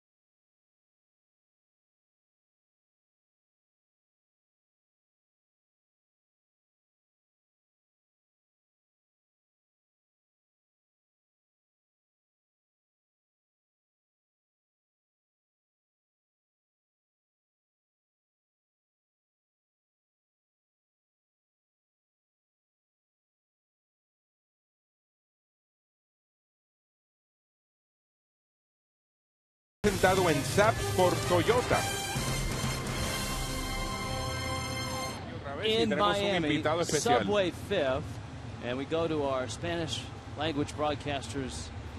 Oh my goodness, that must mean somebody is having a birthday. Happy birthday, Raul. Thank you, guys. Thank Raul, you. feliz cumpleaños. Thank you so much. Big surprise here. Billy was very nice. I saw he was out by the Clevelander and brought me something that I'll have to wait till after the game. Oh, no. Enjoy. No. It makes your broadcast sound much better. And look at Stanton haters inside that drink. and look at that, Raul with a couple of ageless wonders, Billy and Cookie. Billy. Thank you, Billy. Thank you, guys. And let's hope the Marlins can get a couple more runs and win this one, huh? That's right, or at least you get a couple more daiquiris or whatever that is. Absolutely. Joaquin Arias is up right now. And a 1-1 pitch from Sanchez is up. Hey, Cookie. Yes, sir. Giancarlo Stanton. Now, you have spanned a few generations in baseball. You've seen some great home run hitters. Can you compare him to anyone that you've seen in the, say, the 60s, 70s, 80s? I would say one thing, Richie. I think that, he's very unique. I think he's one of a million of that kind of power that he has. The only comparison that I would say about distance that I saw play with and saw him do things that were amazing was Dick Allen with the Philadelphia Phillies, the Cardinals, and the Dodgers. He had that kind of power. Fly ball right. Stanton dives. Does he get it? Yes. Makes the catch. I remember, guys, I never actually saw him play, but I remember hearing a bunch of stories from my dad, and maybe you guys can explain on this particular hitter. Frank Howard, from what I hear, would hit some monster blasts. Yeah, that's a good one, and he did. And I got to see him play up close, and he had unbelievable bat speed, and he was huge. He was about 6'8". You know, and guys, when we went into the old RFK, there were actually seats that had a designated color. That's right. Where Frank Howard had hit homers up into the second level, which leads me to believe that, you know, in 15, 20 years, when people come to this ballpark, they're going to see whatever designation it is. It can't be a chair because maybe it's a big X on the window, or the Budweiser bow tie bar, or that scoreboard out there. No, it's amazing the way that Howard hit those balls. It looked like a golf ball when he hit them anyway. And definitely one of the most power hitters that we've seen as far as distance in home run. But Dick Allen was also the same way. I mean, he could hit shots that you couldn't believe. The bottom line is Marlins fans are in for a treat for a long time to be able to watch him up close. That is true. That is true, Tommy. I remember in FanFest, a fan asked him if he thought he could hit it out of the park with the roof open. I mean, I think that's a bit exaggerated, but definitely I think he might be able to reach the glass in left field. He may bust it. Morrison flips. Sanchez is over. All right, guys, have a good show. All right. Raul, thanks, guys. Happy birthday. Enjoy your drink. Thank you very much. Thanks, guys. Cheers. Chili Davis about the only I could think of. Yeah, I'm lost on this one. Kevin Mitchell. I mean, we can come up with a lot of former Giants. Robbie Thompson. Robbie Thompson, born at West Palm Beach. Oh. See, we whiffed on. Yeah, we get the we whiffed on that one.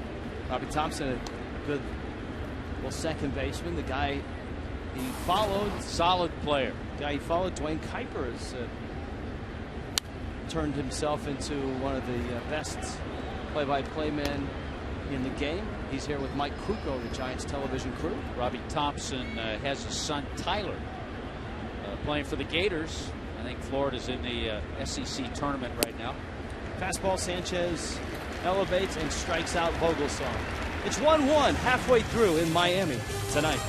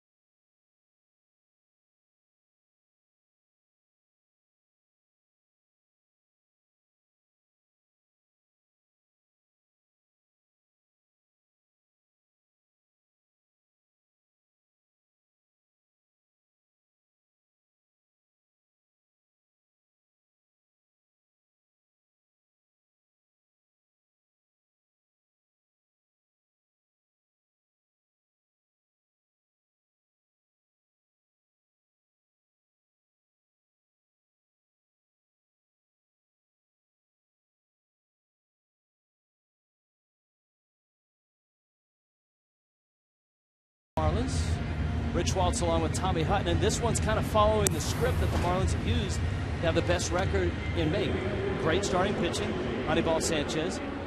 Not a lot of runs, but a Giancarlo Stanton tape measure shot. We kind of had the feeling about this game with Vogelsong and Sanchez pitching. We had the feeling it would be a low-scoring game, and here we are at the bottom of the fifth, a 1-1 tie. And that's what this series is probably going to be. Vogelsong going tonight for the Giants, and tomorrow you've got Josh Johnson and Tim Lincecum. Marlins are also going to see Madison Bumgarner. His ERA is under 3. Matt Cain, his ERA is under 3. Vogelsong, who faces Anibal Sanchez to open up the fifth, has the distinction among Giant starters of having the worst run support this year. So it's not Matt Cain. It's not Matt Cain.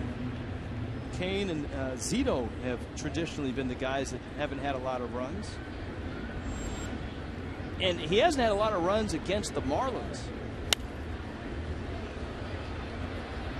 They're the run support worst in the National League. And look who's right behind Vogelsong. Oh, wow. Guys with great ERAs and just not getting much support. Take that to arbitration. Well, in the last 4 starts, Vogelsong has had just 11 runs scored for him. Look at Zito's had a ton of runs. Kane thinks he's living large at 4.2. He can't believe it. Vogelsong is under 3. Sanchez has only had 7 runs scored on his behalf. You know, sometimes with that number, it can be deceptive, and you have to look at the runs per start, because you might have a start where your team scores 12 runs, and then you might have 3 more starts and they score 2 or 3 a game.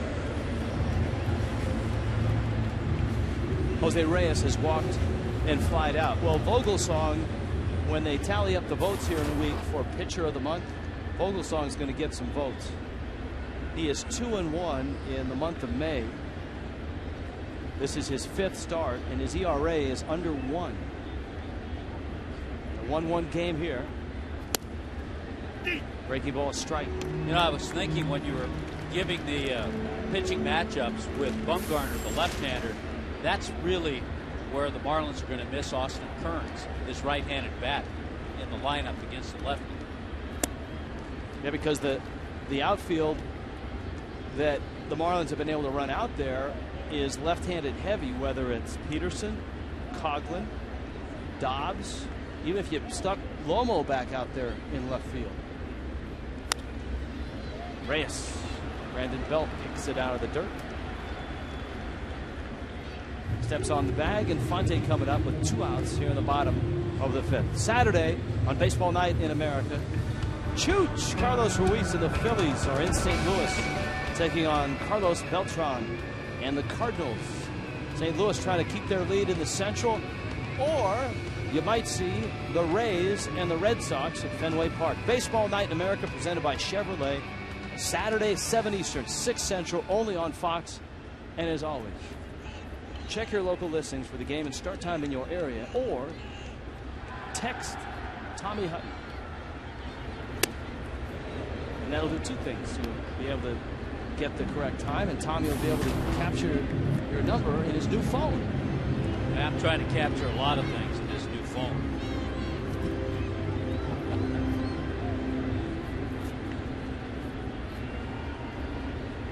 Omar Infante singled his last time up. There's that 12-6 curve. It's a real sharp one, too.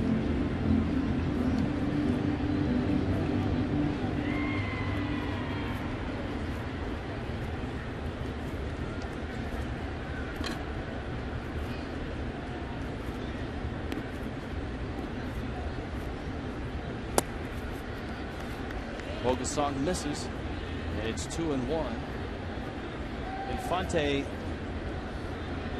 as Marlin fans know, has been their most consistent hitter from the start of the season, and is still in the top 10 in slugging percentage. He's 9th. Matt Kemp leads in slugging percentage. Breaking news out of the National League: David Wright is under 400. He's at 399.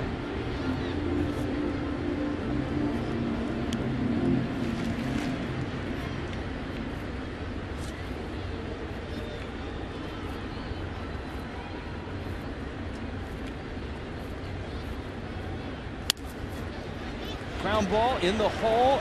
Arias' throw. Infante beats it. He hit almost the same ball last night and legged it out for a hit against the Rockies and Jordan Pacheco. Wow, 6 for 10 now for Omar Infante against Ryan Vogelsong. Second hit tonight, 2 for 3 tonight.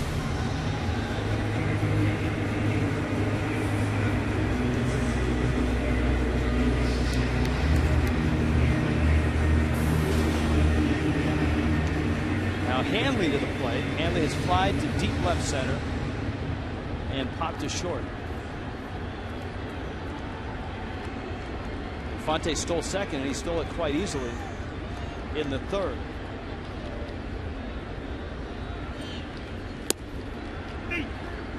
Vogelsong opens with a strike. 7-game streak now at 407. But an 0 for 2 tonight.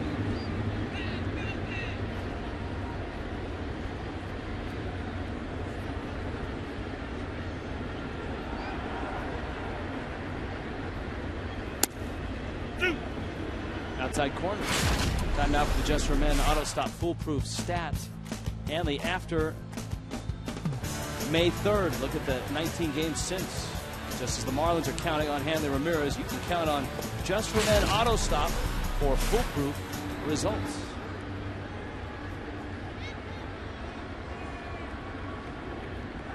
I give Hanley some credit tonight for staying in the lineup after smoking that ball off his knee. That foul ball, knowing that his club needs him in the lineup. Ozzie Guillen has lost 2 players to the disabled list in the last 4 ball games.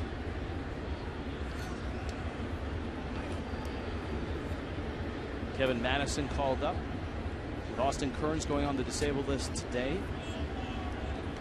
It was announced that Emilio Bonifacio will undergo surgery. Timetable for his return 4 to 6 weeks.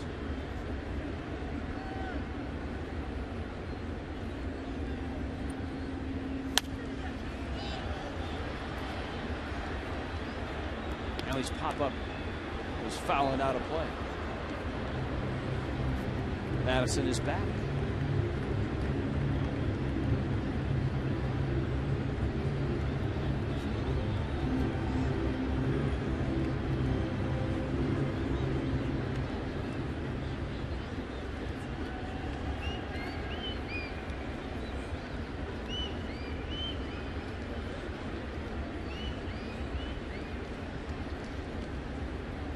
Oh, 2 pitch coming. It's up. Vogelsong, we talked about his travels. Big league time, not a lot of it, with the Pirates and the Giants, and then a lot of up and downs in the minor leagues, off to Japan, Venezuela. After his return last year, the Giants signed him to a 2-year contract with a 3rd-year club option. He's making $3 million this year, $5 million next year. 6.5 was the option in 14. But for a guy, Tommy, that's banged around and done all that, for him to get a 2-year contract with that kind of money is got to be pretty sweet. I mean, he had that All-Star year last year. He was 13-7 and a 2.71 ERA. Totally pleased, and didn't really pitch that great in Japan. He was 11-14 in his 3 years, had an ERA of over 4. Runner goes, pitches in. Posey's throw is in center field, and Infante's on his way to third base.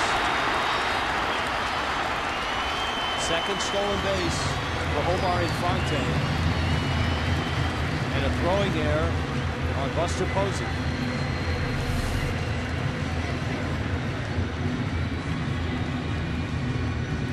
Another good jump by Infante, picks up the errant throw, be an error charge to Buster Posey. Marlins have a long home run, another big home run by Giancarlo Stanton. They'd like to get a big hit with a runner in scoring position, and they've been unable to get that hit. They had a runner in scoring position in the 1st inning, early in the inning, stranded it.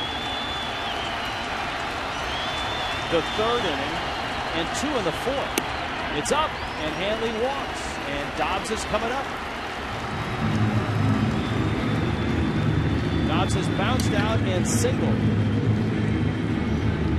And you mentioned before, coming into the game, Greg Dobbs 7 for 15 with runners in scoring position.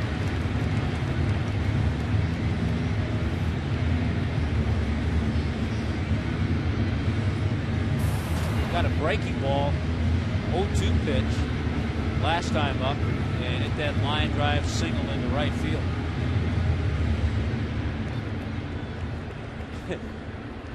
Brandon Crawford, the Giants shortstop, is playing in. Am I missing something? Are there 2 outs? There are. And now he's backing up. He's still like halfway, though. And I think he was moving in. I think he wanted to get the attention of Vogelsong.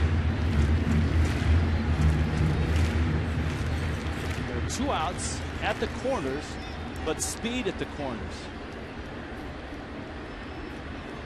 Hanley at first, Dobbs is up. If Hanley's okay, if his knee feels okay, look for him to take off. However, you'd like to give Dobbs maybe a couple of shots at that hole on the right side.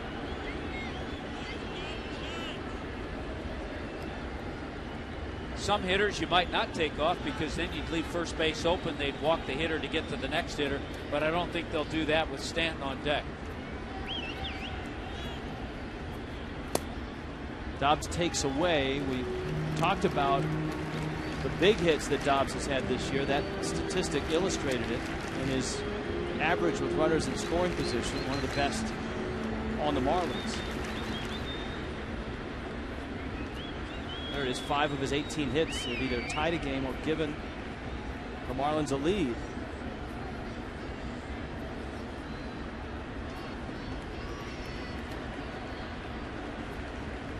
Dobbs 7 for 16 with runners in scoring position.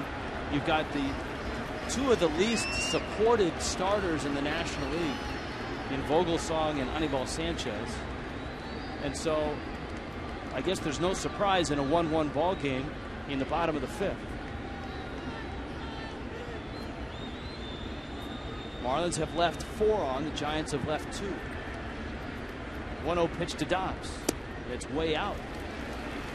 Remember in his start in San Francisco, Vogelsong wavered a bit. He had a 2 or 3 batter stretch where he had trouble throwing strikes. Now he's closing in on 90 pitches right now. Dave Getty, well-respected Giants pitching coach. 13th year. Spanning what? 3 managers. That was the line for Vogelsong. That was the final game of the 3-game set in San Francisco. 2-0, and what's he get? Changeup. Vogelsong has not thrown a fastball in a fastball count. That one just caught the black. It sure did, and it's almost like his changeup. He feels he could throw that for more of a strike than anything else. You talked about sitting on a changeup. If he got it 2-0, does he get it 2-1? He could. Pitch is up. He got it. It wasn't a good one. He missed with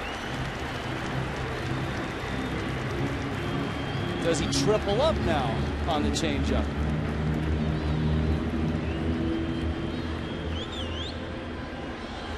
The man on deck hit a ball a long ways for a solo homer. So I think Vogelsong goes after Dobbs here. I don't think he wants anything to do with Stanton and the bags juiced. And wow. That's exactly what he's going to get. Wow, another changeup. And he's not able to throw that for a strike right now.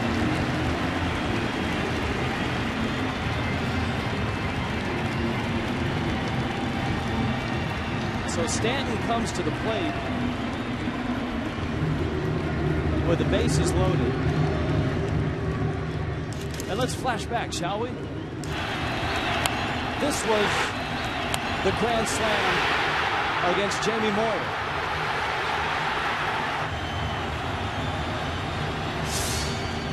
The true distance, 462. The speed off the bat, the fastest since tracking began in 2006. And the crowd is anticipating this right now. Stanton in the 2nd inning, a solo homer against Vogelsong up into the Budweiser bow tie bar. The amazing thing about Stanton, when we said let's revisit the Grand Slam, I wasn't sure if we were going to show the one against the Mets or the one against the Rockies. He's hit 2 this year. Only 4 players before the age of 23 have hit 4 grand slams, and Stanton one of those. Vogelsong throws a fastball for a strike. Infante, remember, it was a 2-out infield hit, a stolen base, a walk to Hanley Ramirez, a walk to Greg Dobbs.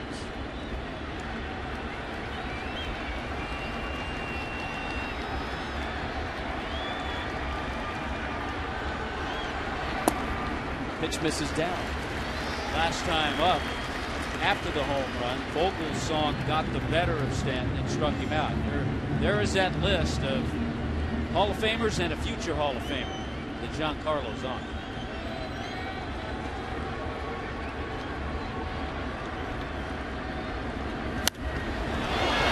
Just missed it, and he pops it up. Brandon Belt wanders into foul territory and makes the catch. And so Ryan Vogelsong leaves him loaded to the 6th. 1-1.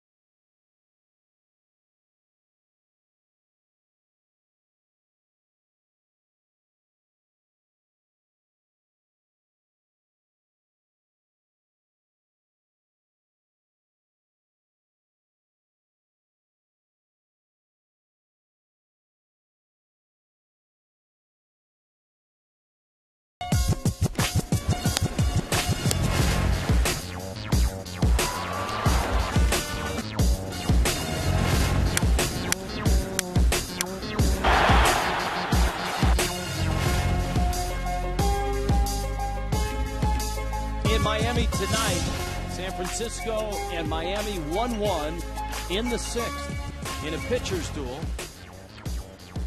What else would you expect from Anibal Sanchez and Ryan Vogelsong? Breaking ball for a strike. I mean, Sanchez hasn't faced the Giants a whole lot in his career, but when he has faced them, he's been outstanding. It's a perfect example tonight of two pitchers that are using their changeup extremely effective. Wally Bell calling timeout. Gregor Blanco stepping out. Blanco, Brandon Crawford, Melky Cabrera in the 6th for the Giants. Liner over Reyes' head in the gap. Dobbs trying to get it. It kicks off of his leg. It's rolling into center. Racing for third is Gregor Blanco.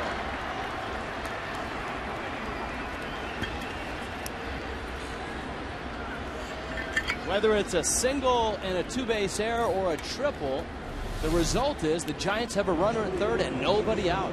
Blanco's been a real pest tonight. He's seen a lot of pitches. It's a tough play for Dobbs to get over, trying to knock it down. And by knocking it down, it squirted away and allowed Blanco to get to third base. Now the Giants will try to score that run. Miami's infield is back except for Ramirez at third. Crawford takes in.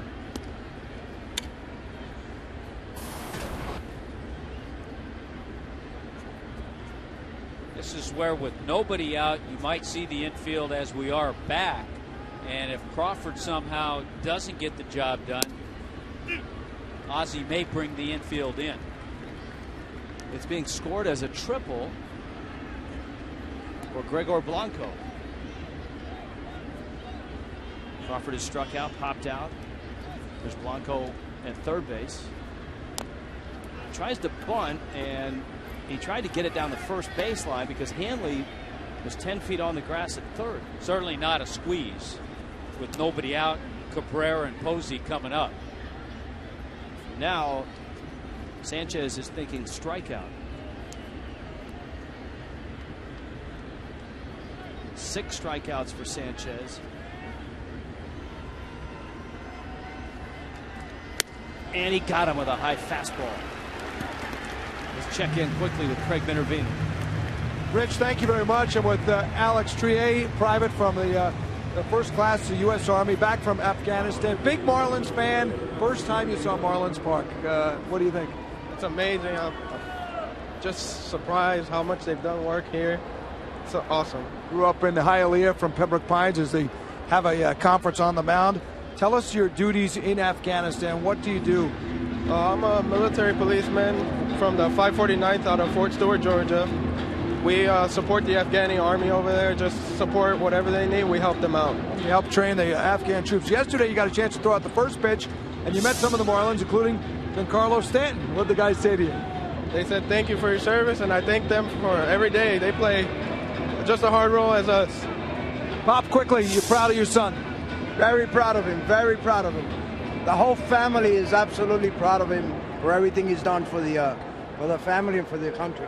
We thank you too. It's a big moment in the game. We appreciate it. Big Marlin fans too.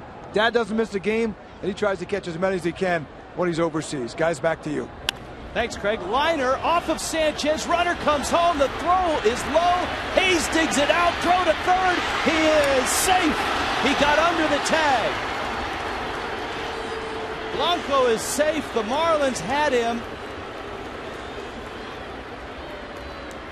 Runners at the corners. Sanchez knocked it down. And here's a look. It's a great play by Sanchez. He scrambles, gets the ball. Blanco's halfway. A little late in the throw to third is Brett Hayes. That allowed Blanco, who did a terrific job of base running, to get back to third. The throw was just a half second late. Blanco gets back. Everybody's safe.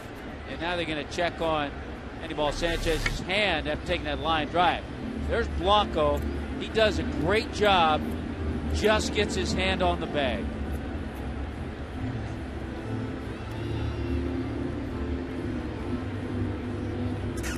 And he clearly got in under the tag. Sanchez is flexing the left hand. Melky Cabrera ends up at first. There's the shot, and it may have hit it right on the palm or the upper wrist area. Didn't get a whole lot of the glove. Good reactions. A good pick by Hayes on the low throw. And then Blanco got back just in time. In the meantime, Cabrera is at first base. Guess he'll get a base hit on that. I'm going to say it could be a fielder's choice, but the way he hit the ball, it's a base hit. And Melky Cabrera continues to stay hot. Now remember, he stole a bag in the fourth inning and stole it quite easily. And so be careful. And Bruce Bochy might not want him to stick around and see if Buster Posey hits a ball in the air. Remember that one of the key plays in that series in San Francisco was Posey hitting into a double play against Edward Mujica in the 8th inning in the first game of the series. Fastball is inside, 92 miles an hour. Posey has singled and has struck out. Good speed on the corners. Blanco at third. Melky Cabrera at first. He might not be there long. Then you have to decide what you're going to do. You're going to throw through, or are you going to, as a shortstop, cut in front of the bag, take a throw? There's a lot of choices here.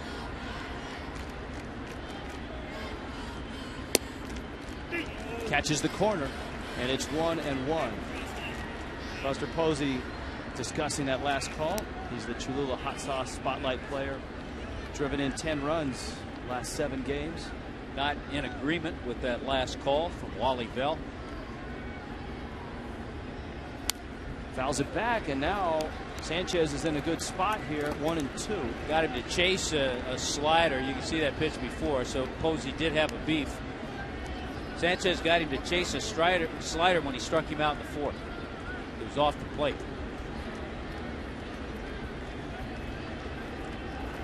A base hit against Sanchez, the first one he's had in his career. 1-2. Well, the Giants have their guy up there. That's who they'd like to have in this situation.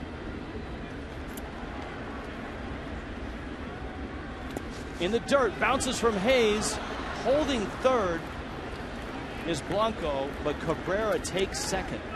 And so the double play is wiped out.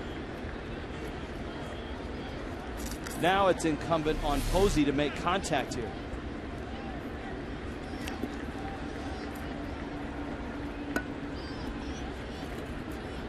That was that breaking ball. To try it again to Posey. So 2 men in scoring position. Anibal Sanchez, Buster Posey in a 1-1 game with a 2-2 count. Now it's 3-2. Sanchez with 7 strikeouts. He'd like to make Posey number 8.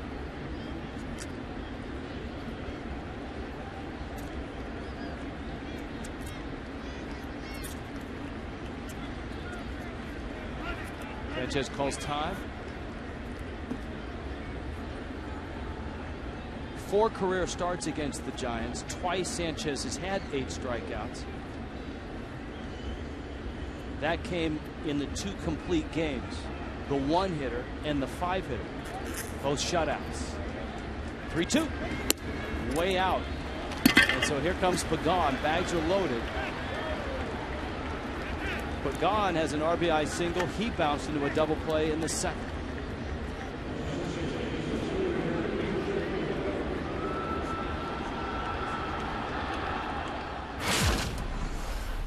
This was the 4th. You could hear the bat break. And he just dumped it in, but scored Cabrera. Thing about Pagan, a tough guy to double up too.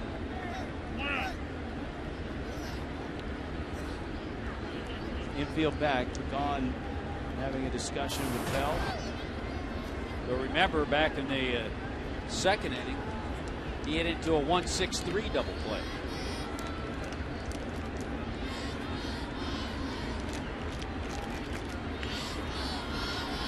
First pitch, line to right. That's a base hit. That'll score 2. In comes Blanco. Here comes Cabrera. And the throw is cut. It's an RBI double, a 2-run double. And Angel Pagan has driven in all 3 San Francisco runs. No, it almost sounded like he broke his bat on that base hit too. But it was productive, and he has all their RBIs. Really brought his hands in on a pitch that cut inside under his hands. A good pitch.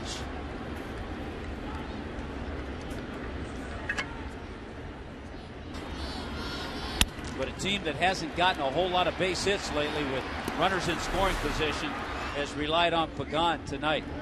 Now the infield's in, and here is Brandon Belt. So 3-1 San Francisco. Ryan Webb in the bullpen. Boy, that out at third base that the Marlins did not get in the rundown is enormous. This one pops out of Hayes' glove, and the Giants have their 4th run.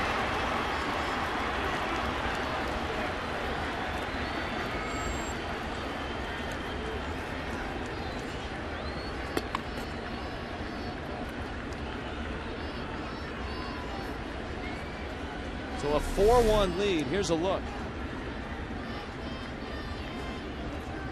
Well, that could be a pass ball. Not easy.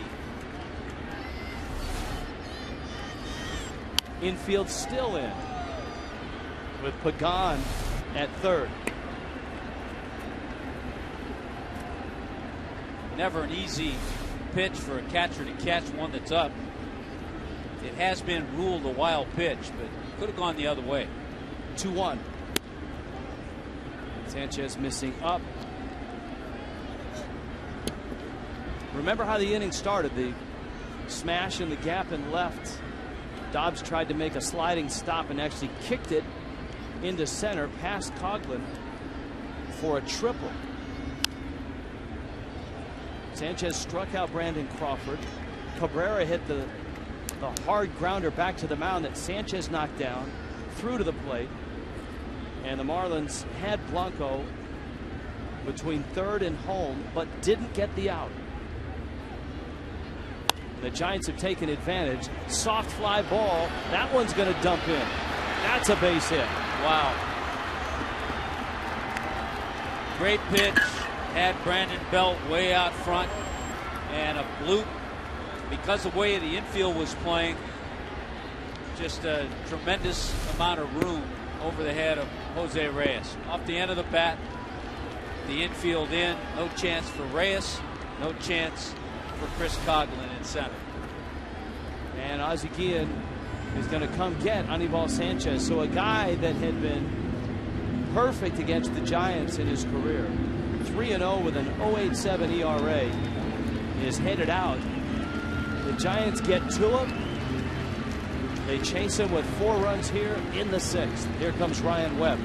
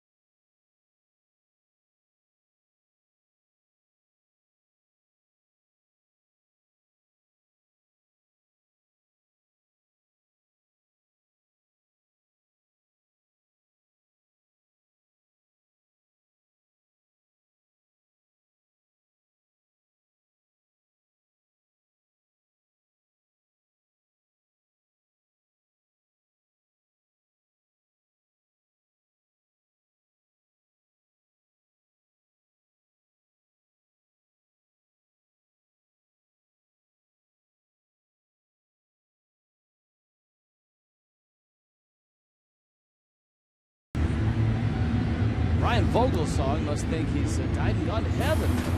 All this run support, 5 runs for a guy that's not even getting 3 a game. And here's Ryan Webb out of the bullpen.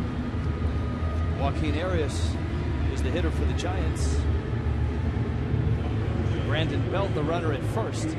The other thing, too, it's a tough road. When you're the Marlins, you're down 4. And you're lacking some offense, some punch in your lineup.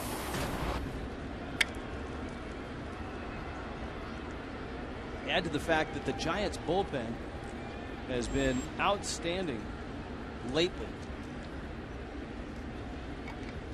Webb trying to get out of this inning.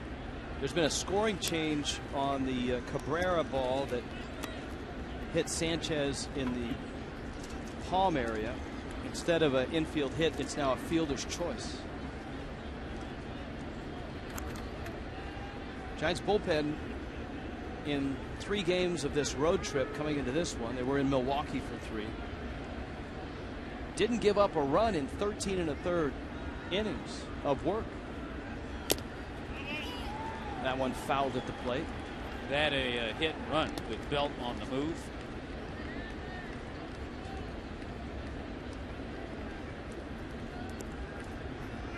Arias, a guy that has been in and out of a lot of organizations. He's been to the big leagues with the Mets and the Rangers, also in the Yankee organization to start his career. The Royals organization was in AAA last year. And he was a teammate for a time, Gregor Blanco, in AAA. Slow roller, Reyes out there, and Fonte, that's all he'll get. Arias gets down the line. Saturday Spectacular is coming up on Saturday of all days, on the 26th. Marlins Giants. It's a 4:10 start. Remember that, 4:10 on Saturday. Make sure you're here early for an autograph session with a Marlins player. After the game, stay for a plaza party with games, bounce houses, rides, music, prizes, and fun for the entire family. For tickets, go to marlins.com.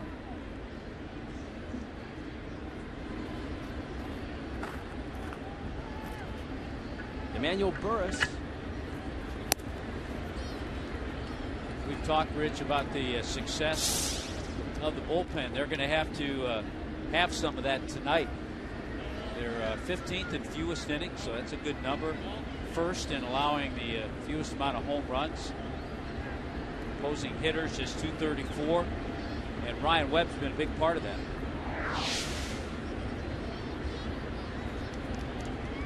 Runner goes, big jump, foul back, ball and a strike.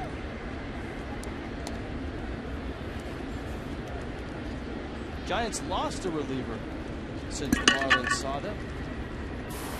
Guillermo Mota, former Marlin, getting a 100-game suspension for testing positive for a substance which was in violation of Major League Baseball's Joint Drug Prevention and Treatment Program. Runner bluffs, swinging a foul tip to the glove of Brett Hayes. Obviously, when the Marlins saw the Giants, they were without Brian Wilson, who underwent his second Tommy John surgery, performed by famed surgeon Dr. James Andrews here in Florida. The first one was back when he was in college, right, at LSU. Anybody, I don't think there's anybody in baseball that has ever had 3 Tommy John surgeries and is still pitching here. Not that I recall. That would be a lot. I think one of our cohorts over on Rays Television, Brian Anderson, had 2, and then I'm not sure if he had his 3rd or if he injured the elbow and had to retire. We'll ask BA in a couple weeks. You check it out. 1-2 coming. Runner goes. And Brett Hayes is having a lot of problems behind the plate. That one pops out of his glove.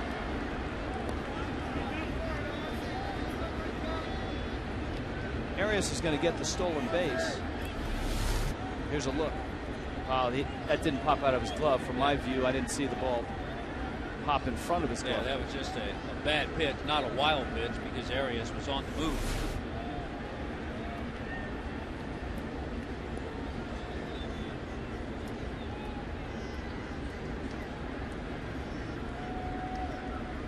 Two and 2. Webb trying to clean up for Anibal Sanchez. 4 runs for San Francisco.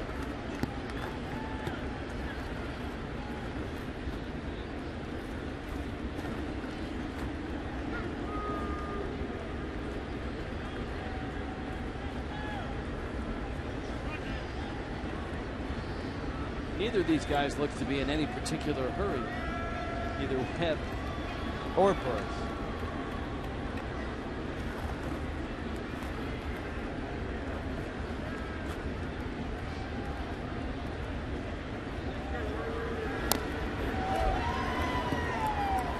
A limited schedule tonight and today in Major League Baseball. We told you that Cleveland finished a sweep of the Tigers. Cleveland beat Detroit 2-1. The Braves were in Cincinnati and trailing 6-3 in the top of the 8th. The Mets are at home and the Padres are pounding them 6-1 in the top of the 4th. Out to short, Reyes on the first in time. But the Giants knock Anibal Sanchez out of the ball game and take a 5-1 lead.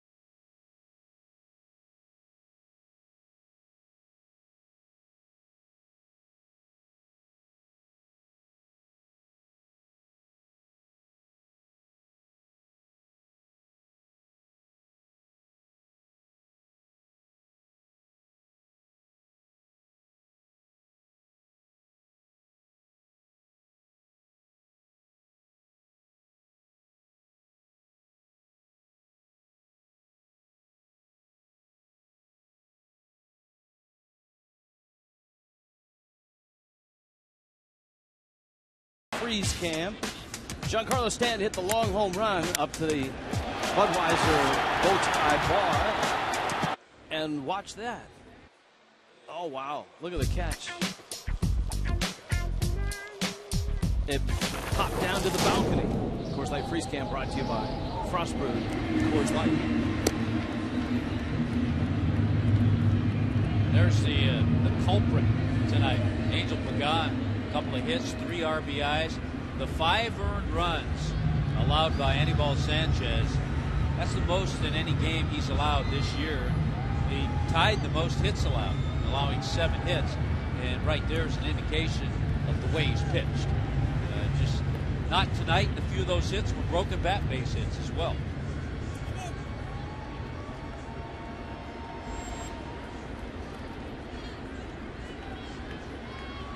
Marlins now try to climb out of a 4-run lead. Vogelsong, a breaking ball for a strike. I told you that Sanchez was perfect against the Giants coming in at 3-0 in 4 starts and 0.87 ERA. Vogelsong against the Fish. Well, he had made 3 starts, 1 and 2. But his ERA was 1.59, just 4 earned runs. Yeah, that kind of gives you an idea of the type of run support he's had. 4 earned runs in those 3 starts, and he's given up just the 1 run on the Stanton home run. Morrison's 0 for 2. He's bounced out, flied out. He's behind in the count 0-2. Morrison hits a fly ball to right. Over for it is Blanco. And in fair territory, makes the catch. So 1 out in the bottom of the 6th. Brett Hayes comes up.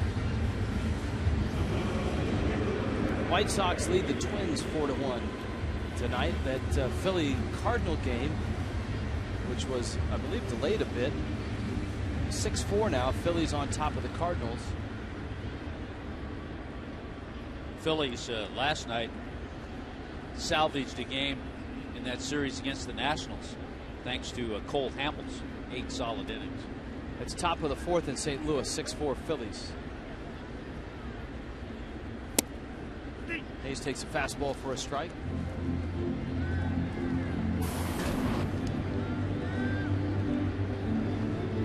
For those of you that are just joining us, it's halftime with the Heat in Game 6 of their playoff series against Indiana. Here it's 5-1 San Francisco. The Marlins got a mammoth homer from Giancarlo Stanton to take a 1-0 lead. The Giants tied it in the 4th. Marlins did not commit an error in the top of the 6th inning, but 2 defensive plays they did not make cost them dearly, and the Giants pushed 4 runs across. Hayes pops it up back beyond the screen.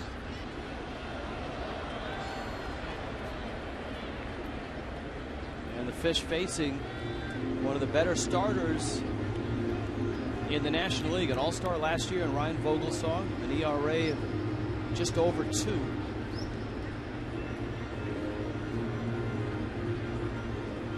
Trying to get through this 6th inning. All 7 of his starts, he's gone 6 or more innings this year. In fact, his ERA is 10th in the National League. And Carlos Zambrano has fallen out of the top 10 after giving up the 7 runs yesterday. Vogelsong at 2.21 with that ERA. You know, you talk, Rich, about all the travels of Vogelsong in Japan, and you know, then he came back and he signed a minor league deal with the Phillies. He was in Lehigh Valley, AAA. He was 2-5 with an ERA just under 5. They released him. The Angels signed him. He pitched in Salt Lake City. Didn't have a good ERA, and then everything turned for him last year. You've got to give Dave Righetti a lot of credit, one would expect. Coughlin now. Chris takes a breaking ball for a strike. Coughlin is bounced out, flied out.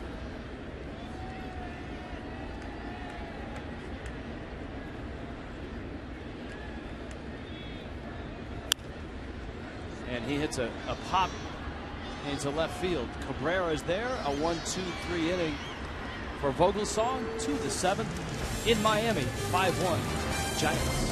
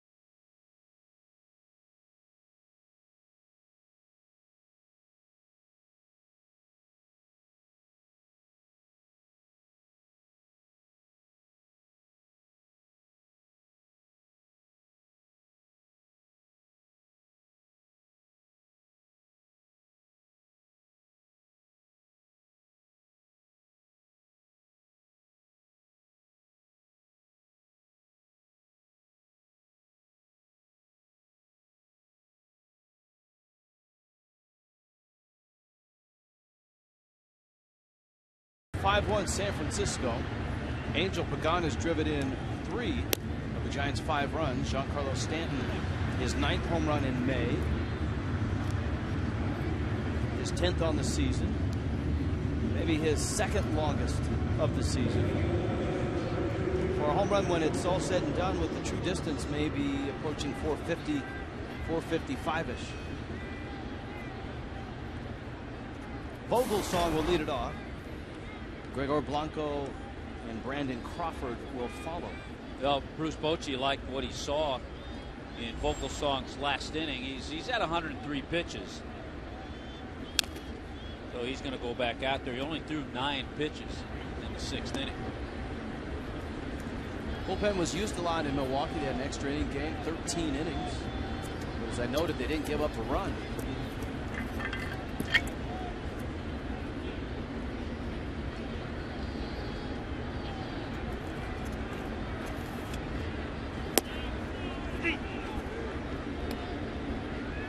Braves tonight without Chipper Jones.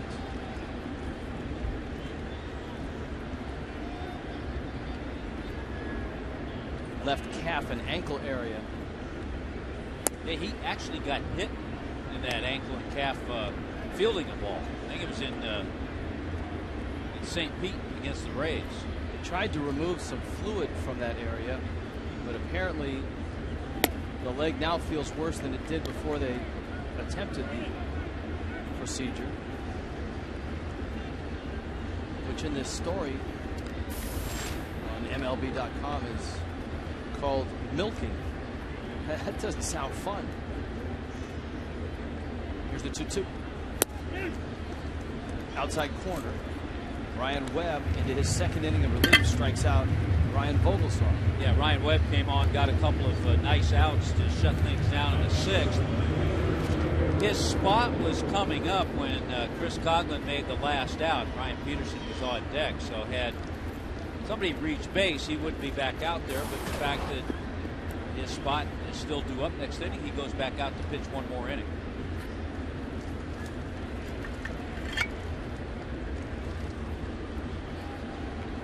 Blanco, he opened that sixth inning with the liner into left center. There's a strike from Webb. The ball that Dobbs tried to stop and ended up kicking as he slid. Dobbs never got a glove on it. It looked like it just went right off his leg, and it bounced by Chris Coghlan. It turned into a triple.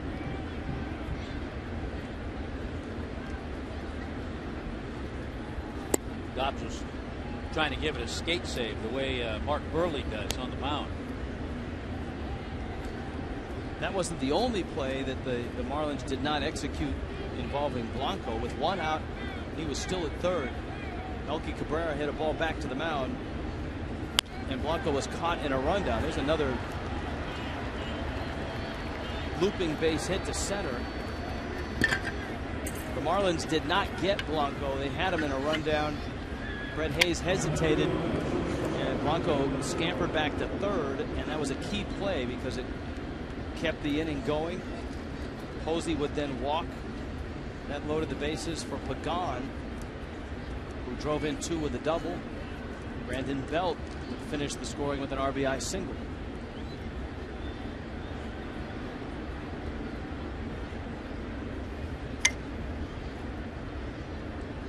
Here's Crawford. I think the best way to describe this Giants lineup tonight anyway has been pesky. They've got a few blue base hits. They've got a few broken bat hits. They've hit the ball well a few times. And I'm sure Bruce Bochy is happy that they've made some contact in some key situations. They've run the bases well. They've been aggressive on the bases. Well, they struck out 15 times yesterday in the 8-5 loss in Milwaukee. There's Boch. Boch is a Florida native. His brother Joe Bochy is a scout. We see him at the ballpark on occasion.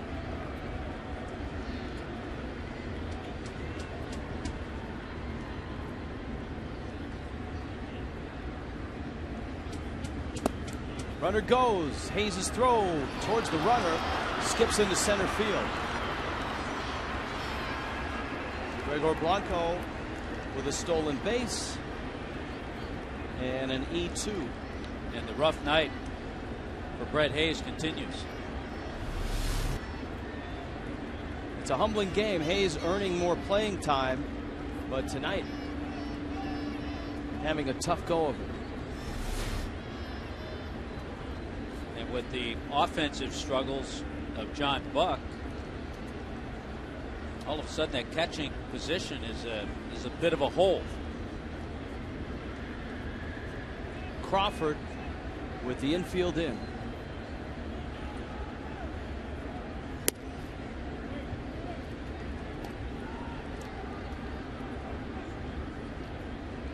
Giants in the West have risen above 500. They've won 8 of their last 12 to do it.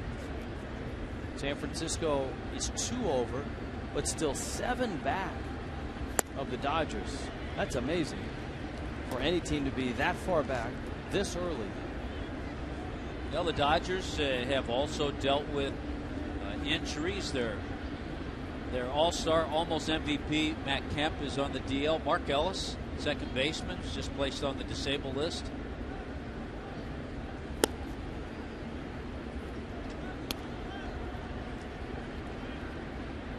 It's interesting how last year so many inside the game said that Don Mattingly did an incredible job of managing the Dodgers last year in what was a year filled with upheaval and financial duress, I guess is what you could call it, with the Giants, or rather the Dodgers ownership situation, the sale of the Dodgers this year.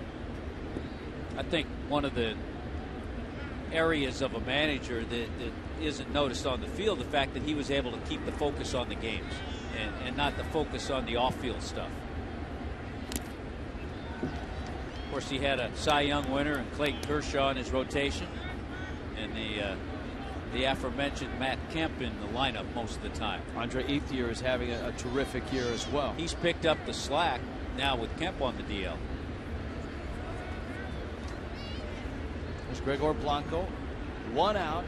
Ethier with 40 RBIs already, leading the league. Infield still in, 3-2 again. And Webb loses Brandon Crawford. And here comes Melky Cabrera.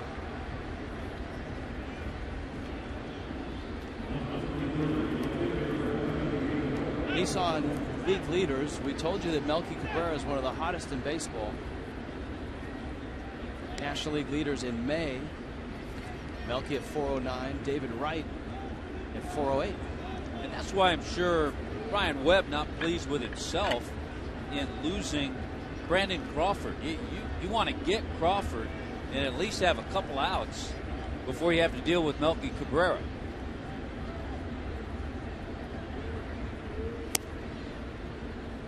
There's a lot of news around the Marlins today in terms of transactions, with Austin Kearns going on the disabled list, Kevin Madison coming up, Emilio Bonifacio having to undergo surgery, out 4 to 6 weeks.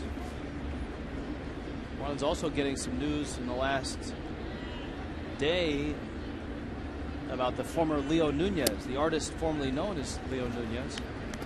Giancarlo Oviedo, he's received a waiver from U.S. government officials, and that was required, that waiver from the Department of Homeland Security. It allows him to apply for a visa to travel the U.S. and rejoin the Marlins. That one sneaks between Hanley and the line. It's going to get down the line. Crawford racing for third, now coming to the plate, and he's going to score. And the Giants have cracked it wide open now at 7-1.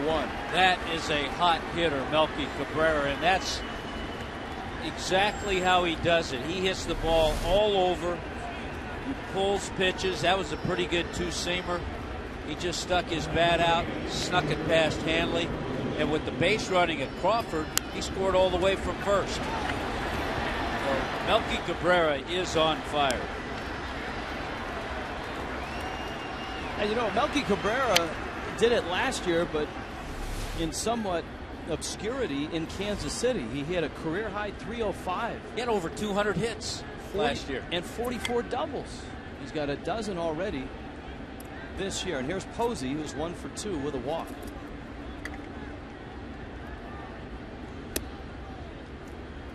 Thus the importance of going after Brandon Crawford. So if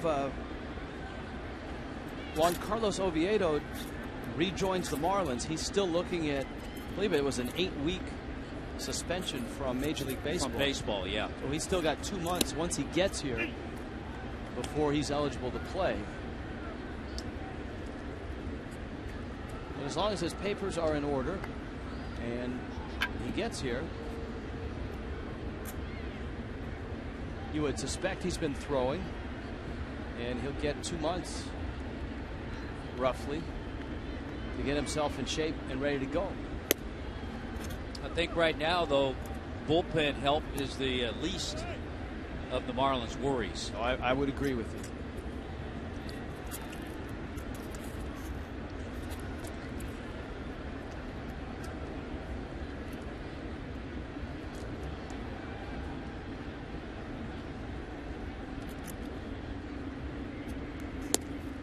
Webb misses outside. Last night, the Marlins got a short start somewhat from Carlos Zambrano. 5 innings, 7 runs. Chad Godin sucked up 3 innings. Yeah, so he would not be available tonight. And Mike Dunn pitched an inning in relief. Posey fouls it back. Shout out to everybody up in Tallahassee. Certainly a lot of Buster Posey fans up there. Where he was an All-American and the Golden Spikes winner at Florida State back in 2008. I think the Seminoles in their conference tournament going on right now too. Should check with Randy Choate on that. He'll have all the info. Be interesting to see if the Giants try to lock Posey up. Roller to the right side. It's into right field. The base hit. Runner around third will be stopped there. Wow, the throw almost hit Morrison. Wow, the throw by Stanton, who has been instructed to try to hit the cutoff man all the time, was a little low, and he almost nailed Logan Morrison. Wow. Because Lomo's not the cutoff man here. Well, Morrison was drawn over because of the ground ball. That's hitting the cutoff man. That was letter high, Tommy. That was perfect. Randy St. Clair out to talk to Ryan Webb. 7-1, Giants on top.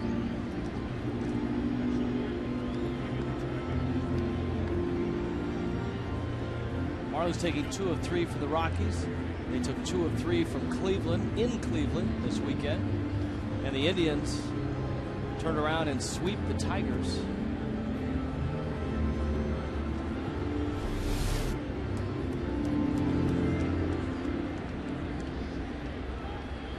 Hopper right there. Cabrera was held, which right. Lomo came way off the bag thinking he could field that ground ball and just got out of the way.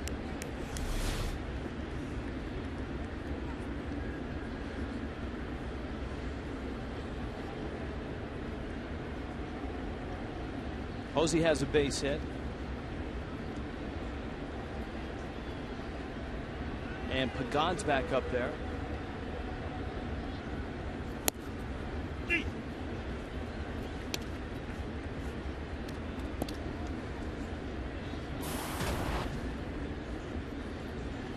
Pagan, one of those guys that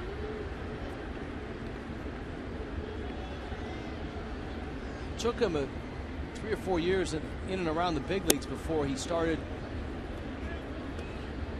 to really become a regular player.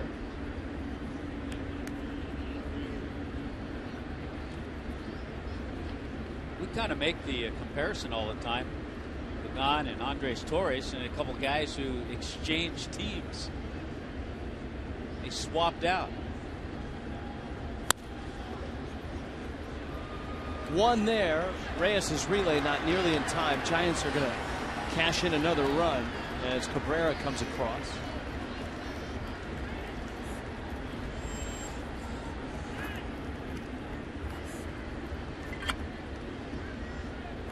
Pagan still at first. Yeah, the middle part of the order has really done the job for the Giants tonight, starting with Cabrera, Posey with a couple of hits.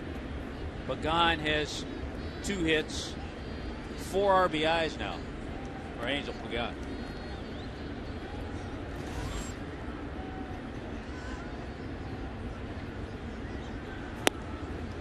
Brandon Belt swings and misses.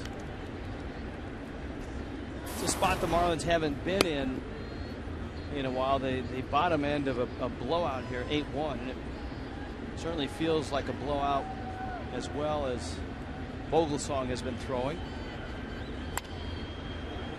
If you're Bruce Bochy, as long as this inning has gone on, do you reconsider bringing Vogelsong back out? Well, he doesn't have anybody warming up in the bullpen right now, and I'm sure with Vogelsong in the dugout, talking with Bochy, talking with Brigetti, I'm sure they've discussed it, how he feels.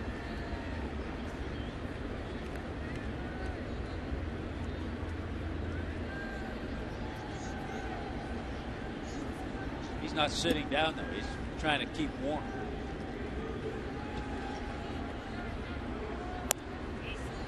You're talking about the swap of Andres Torres and Angel Pagan. One of the things they share in common, they played junior college ball in the state of Florida. Torres at Miami-Dade Community College and Pagan at Indian River Community College.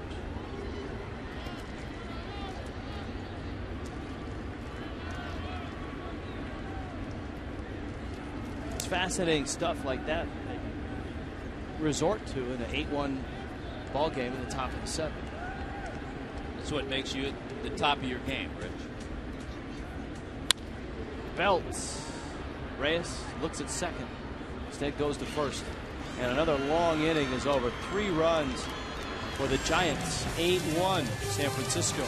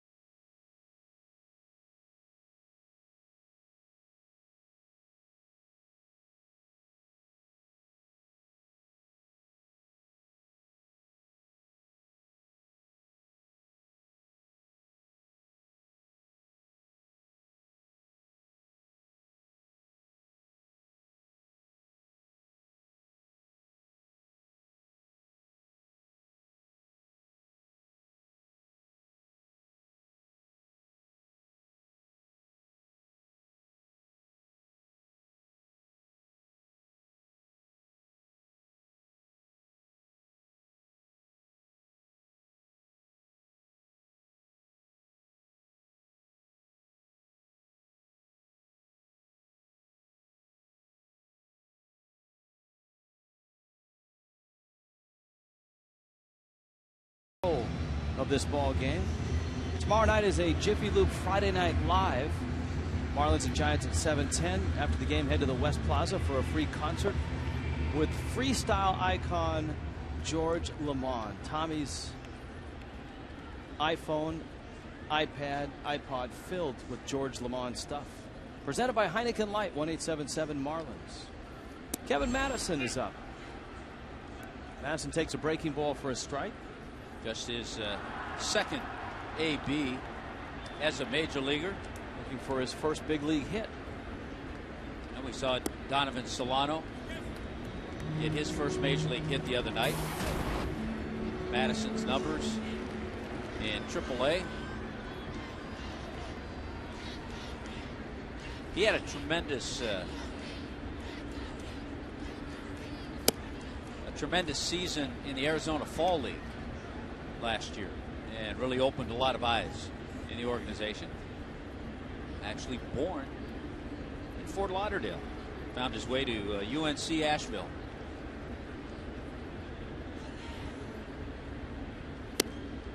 Ty Wigington, a UNC Asheville alum as well. And one thing about Madison, he can fly. He's led the Marlins organization in stolen bases each of the last 3 years. 2-2. He's out in front of a changeup, and that has been the bread and butter for Vogelsong against left-handed hitters in this ball game. You would think he had more strikeouts, but that was just number 4 for Vogelsong. But he's had a lot of hitters out front. He's had a lot of swing and misses. Yeah, a lot of hitters out front, little weak pop flies.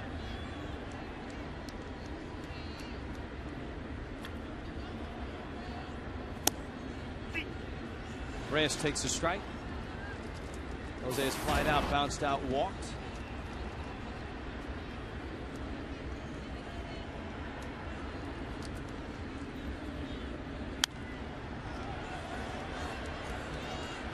That pop-up's going to find the seats. I know you'll be sad to see it go, but I've read a couple of articles in the last few days that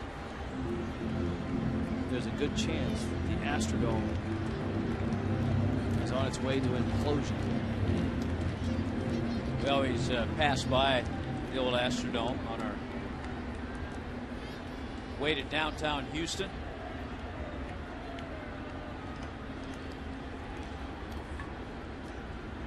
They just couldn't schedule enough tractor pulls and rodeos.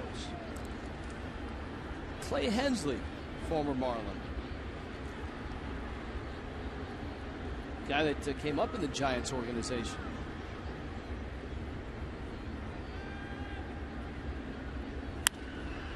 Ground ball up the middle into center field, base hit. Reyes has a hit, a one-out single here in the seventh.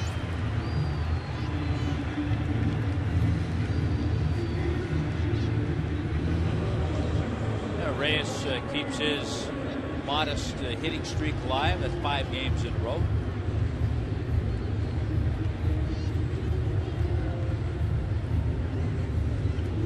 Omar Infante has a couple more hits. You see a uniform like Omar Infante's, and you figure he's had a good game. He's been on base a lot. Infante has a couple of stolen bases, a couple of hits.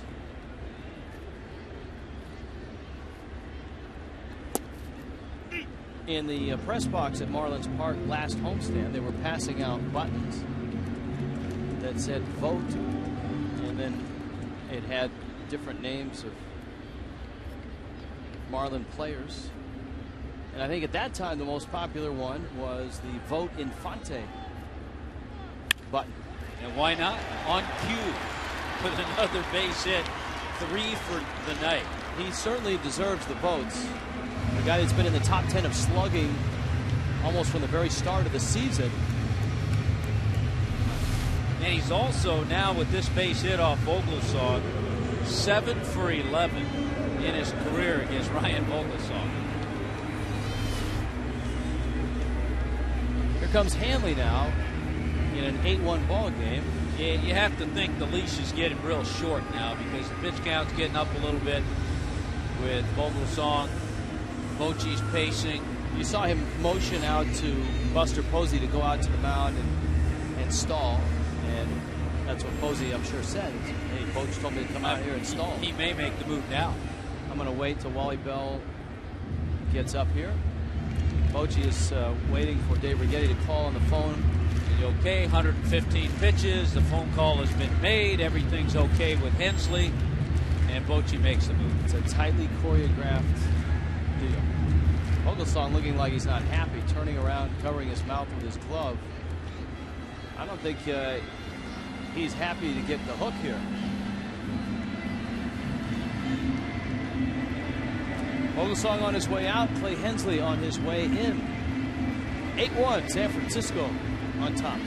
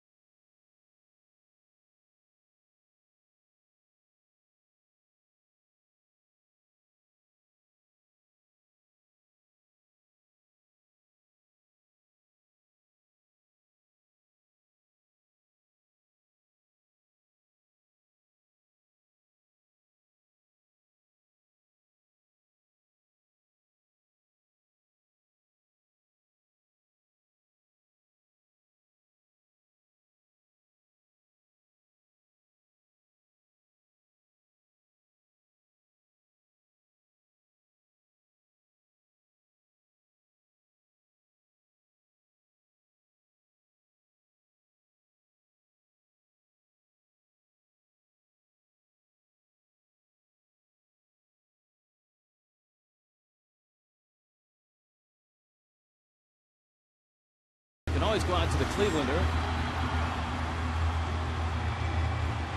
Speaking of tightly choreographed. It's kind of like the choreography and the move to the bullpen that Bruce Bochy made, making sure Vogelsong waited a little bit. Posey went out, talked to him. Ed Clay Hensley got him a few extra pitches in the bullpen. I don't think the phone in the dugout goes to the Clevelander, though it does go to the other bullpen. But you never know.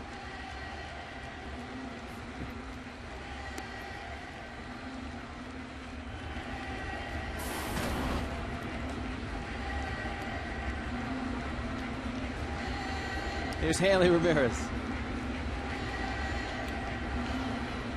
That would be an interesting call to receive at the Clevelander if they said, get the lefty up. She is up. She is left-handed.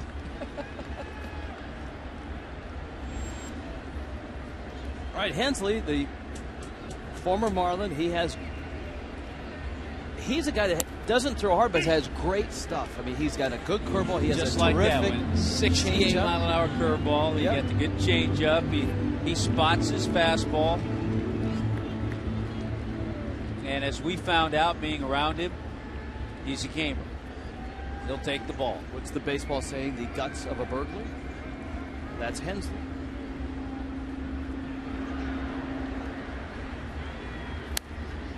Hanley going after an 0-1 pitch in on his hands.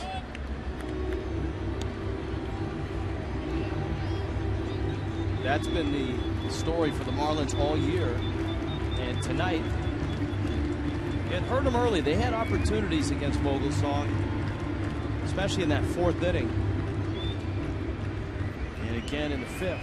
Now the Giants, on the other hand, have upped their average with runners in scoring position. They came into the game hitting .208 in those situations. You could hear Hanley talking to Wally Bell. Bell has had a rough night on both sides. Look at how far outside that is. And that's not the first. That's probably about the fifth or the sixth that hasn't been a borderline. And he's called it on both sides. Remember the pitch that Posey took that was way out of the strike zone?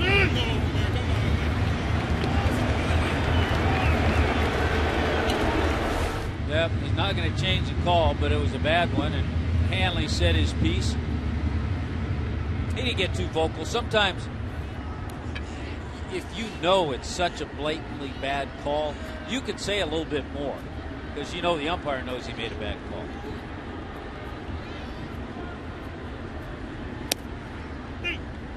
A strike to Dobbs. Remember the call against Dobbs? He had one on Dobbs early. I think his first AB. So there's 2 or 3 guys on both sides of the diamond that have had head-scratching calls go against him. 2 outs, bottom 7. Infante and Reyes waiting out there. Dobbs is 1 for 2 with a walk.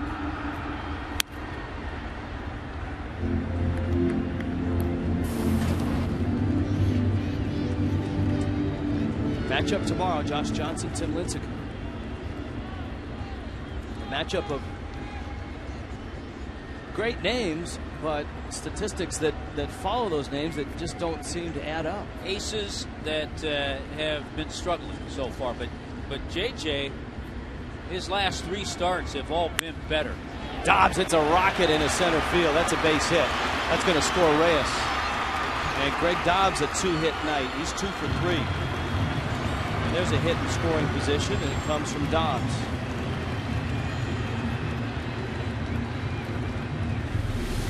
Eight for 17, I believe, now with runners in scoring position for Greg Dobbs. He stays back. Set that pitch right past Hensley.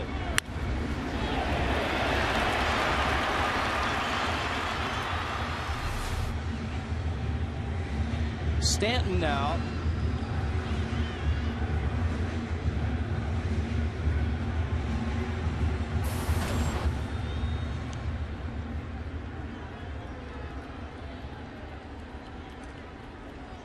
A 1 for 3 night, a long homer in the second, Miami's first run. Breaks his back, ground ball. Crawford, a diving stop. And it's going to be a base hit. He probably prevented a run from scoring.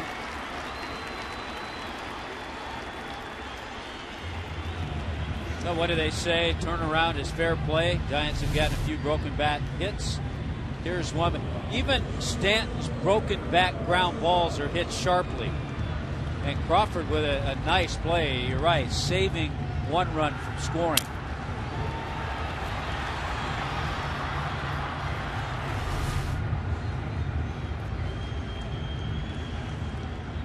Wally Bell and Bruce Bochy's going to go get a lefty. He's got some good lefties down in that bullpen.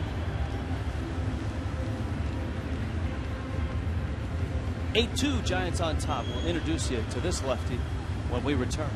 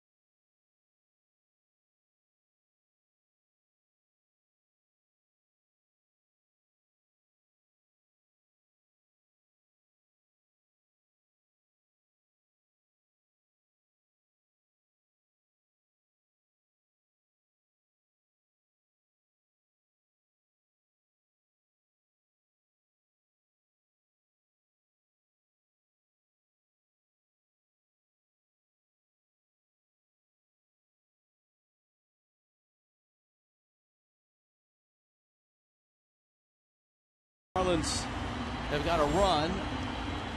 Brett Hill comes in as part of a double switch. He'll come in at first base. And the veteran lefty, Jeremy Affeldt, who's having a solid year. Yeah, you're right about their bullpen. They got a real mixture down there, too. Good deception with Affeldt when you watch his delivery. Fastball, curveball, some splits. Affeldt was on the disabled list with a right knee sprain. He hasn't given up a run in 4 appearances since coming off the DL. Hogan Morrison an 0 for 3, and for Lomo the struggles continue. His average down at 230. Posey calling timeout.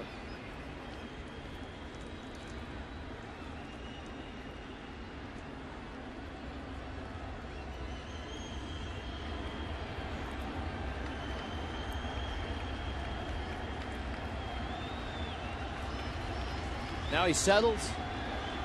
And his first pitch to Morrison. Sometimes a lefty for Logan Morrison is just what the doctor ordered. The average doesn't show it there, but when you've been jumping out a little bit, that left-hander will make you stay back better. And if Lomo has that good approach, maybe a left-hander will get him out of it. Affeldt has missed on his first 2 pitches. Bases filled with Fish with 2 outs in the 8th.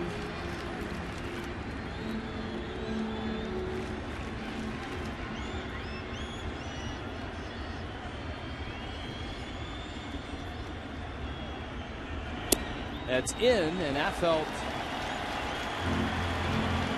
with a count 3-0. Red Hayes is on deck.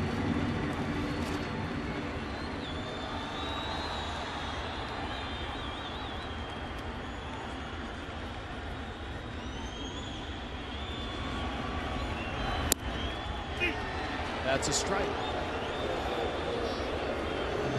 Morrison turning to Wally Bell saying that that's up. And it's at the letters. Not your prototypical 3-0 strike. No, not automatic. He should get another fastball here, too.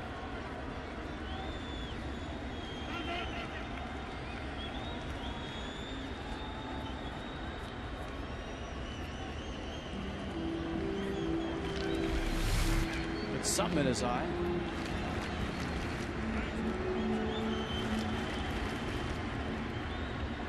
It's the last thing you want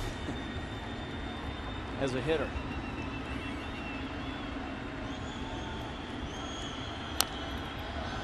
He got the fastball, and now the count's full at 3-2.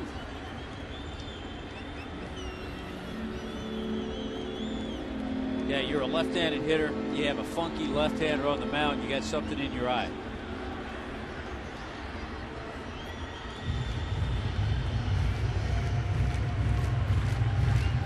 Lefties have actually hit FL pretty well this year, 273, and he has given up a home run. 3-2 coming. Up and in. Morrison walks.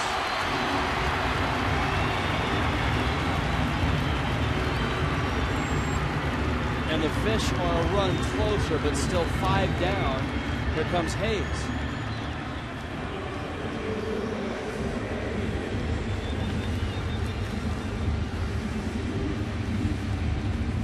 And now Hayes will face the lefty. Been a tough night for Hayes behind the plate. He does have a hit. Those 2 runs, by the way, charged to Vogelsong.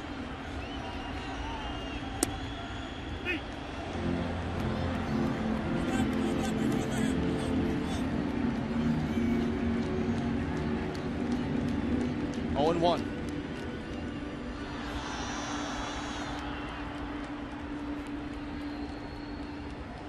Hayes had that 3-hit game in the Vogelsong start in San Francisco.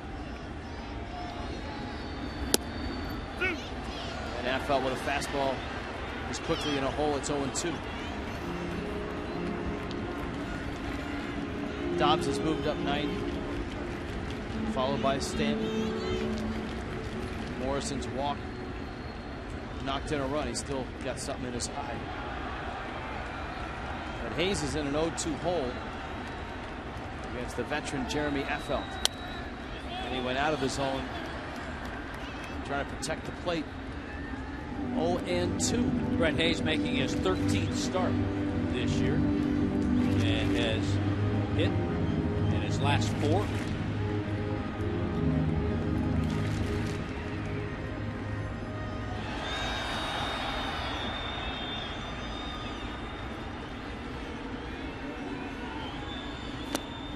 Got him.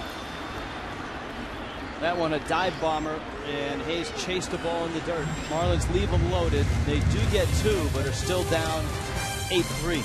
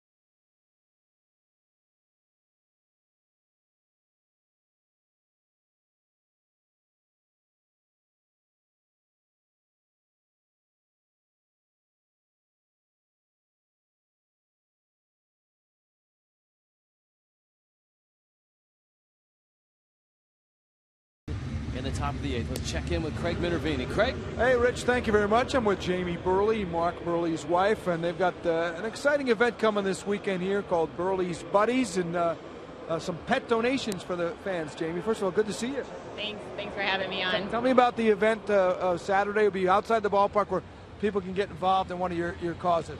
Yes, it's called Burley's Buddies, and we'll have a rescue out every month, and we'll just, basically my main goal is to create awareness and education about how many homeless animals are in Miami and in Broward County also, but just in Miami alone there's over 20,000 put down every year just because there's not homes for them.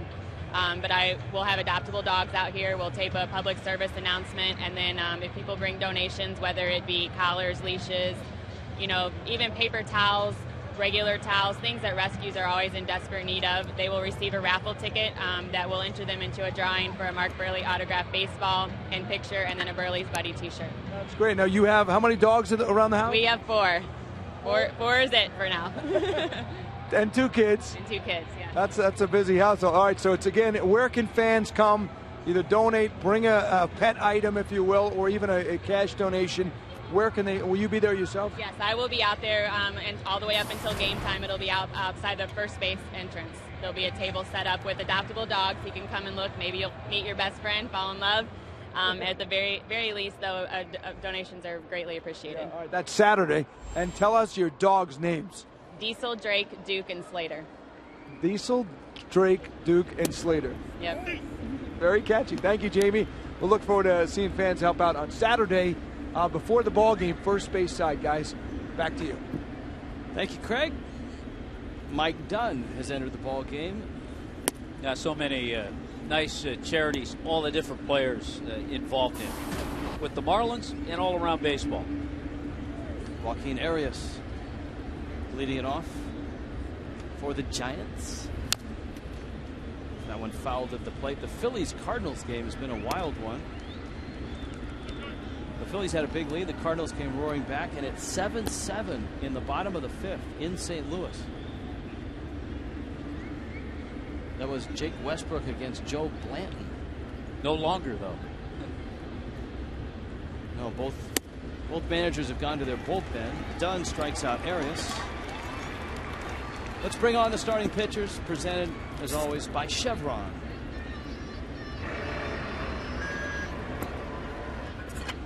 Tim Lincecum, Josh Johnson. Well, that just doesn't. You see the tail of the tape for fighters, and you have all that tail of the tape looks like it's wrong, but it is not. Lincecum's ERA a little over 6.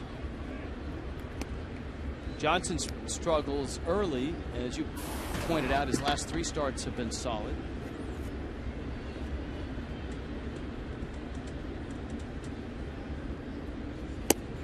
Lincecum's last start was against Oakland, and he went just 4 innings, gave up 4 runs on 5 hits. He had a play at the plate in which he was covering on a wild pitch. A runner scored from second, and it was a scary collision. It almost, for Giant fans, was eerily similar to the Buster Posey play, in that Lincecum, as he slid on his knees to block the plate and catch the throw, was barreled into and bent over backwards. Thankfully, he didn't catch his spikes.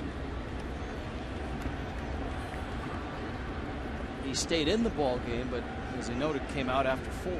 Hey, just to give you an idea, I was looking back, Josh Johnson's start where he got it going in Houston. Remember, he went 7 really nice innings, gave him just 2 runs. Going into that game, JJ's record was 0-3, and his ERA was 6.61. He's gotten it down to 4.82 with a couple of wins in the 3 starts since then. This is Brett Pill, who came in that double switch. Yeah, the Marlins made a double switch, keeping Kevin Madison in the game in left field. So Dunn slides into Dobbs' spot in the batting order. Hill lashes one to right field, a base hit. We talked about the quick ascension of Brandon Belt through the minor leagues. Not for Pill. It was a 6-year climb for Pill. He was part of the national championship team at Cal State Fullerton in 2004. Hey, by the way, let's not get Dobbs out of the game. He's not. He's at third base. So Dunn goes into Hanley's spot. Hanley probably right now icing that knee.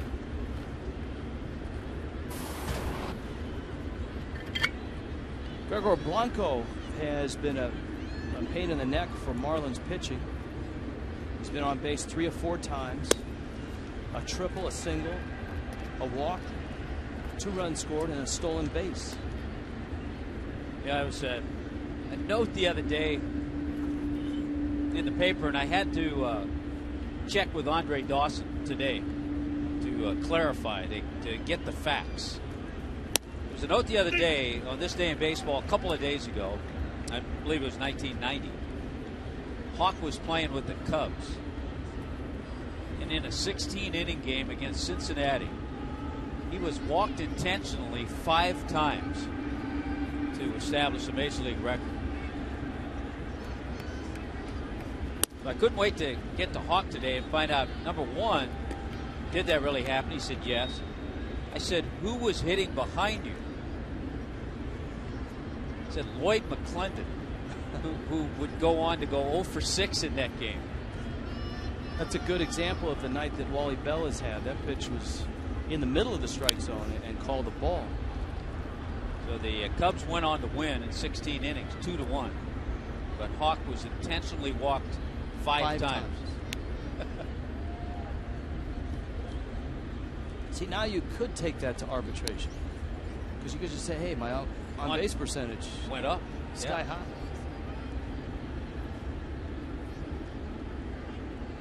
That helps your OPS, your on base plus slugging. Now, back then they didn't know what OPS was, so you couldn't bring that up then. Of course, Dawson had the shortest negotiating session ever when he went from the Expos to the Cubs. Hawk walked in the front office and said, you pay me what you want, I want to play here. And it turned out all right for both the Cubs and Andre Dawson.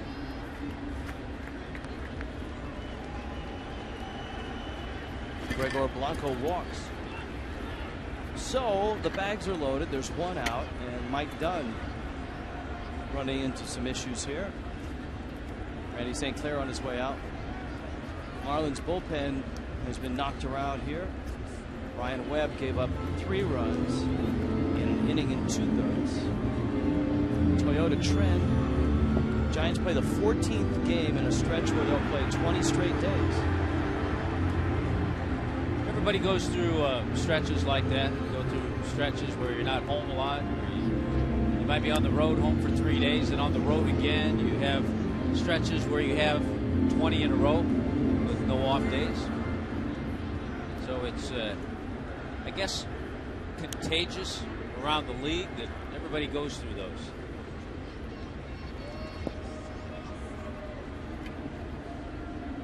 Trips from the East Coast to the West Coast without an off day. Marlins had that when they went to play the Giants. They played a Monday afternoon game here, then a Tuesday night game in San Francisco. I think part of the collective bargaining agreement, you cannot go West Coast to East Coast unless you have an off day, because you lose 3 hours. Can you go? I don't think you can go East Coast night game to West Coast night game, right? Or do you have to have a day game? I think you have to have a day game. Dunn misses down low, and it counts 1-1. Anibal Sanchez started 5 1/3, 7 hits, 5 runs, walked a couple, struck out 7.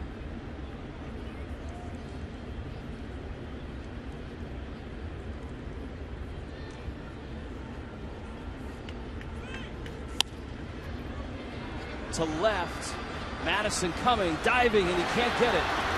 It rolls by him. 2 runs will score,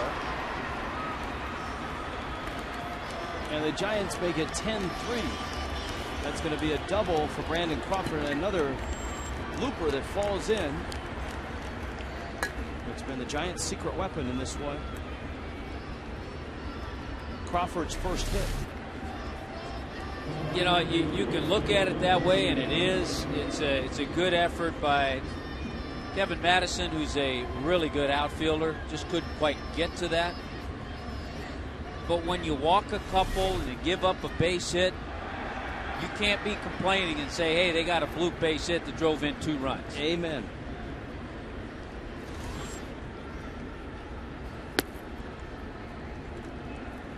And of course, it wasn't a lot of walks in the 6th inning that was the undoing of Anibal Sanchez. It was the inability of the Marlins to execute a couple of plays defensively that helped the Giants into that big inning. A 4-run 6th. Melky Cabrera. He has 2 hits, 2-run double.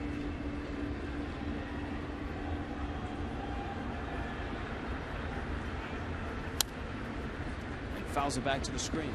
When Mike Dunn was sent to the minor leagues, I believe the initial plan for the club was to have him there longer than he was, to work on some things. He really never had a chance to work on that breaking ball a little bit more, and did not have good numbers in AAA, and necessity got him back up here.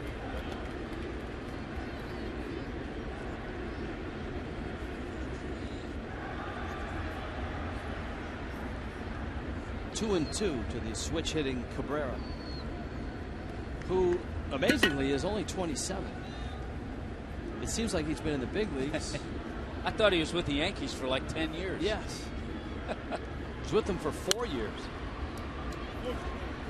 And of course, he was on that World Championship team. Every year he was with the Yankees, they went to the postseason. In Kansas City, a big year last year. Giants needed kind of a spark plug type guy who could play in the outfield, and they sent Jonathan Sanchez to Kansas City for Cabrera. Sanchez, a guy that was one of the bright young arms in the game, and may still be, but he had a lot of luster coming up in the Giants organization. I'll tell you a more interesting trade than that. I hate to top you, Rich, but here we are. We're trying to think of things. But Melky Cabrera, when he was traded to the Braves from the Yankees, also part of that deal was Mike Dunn going to Atlanta.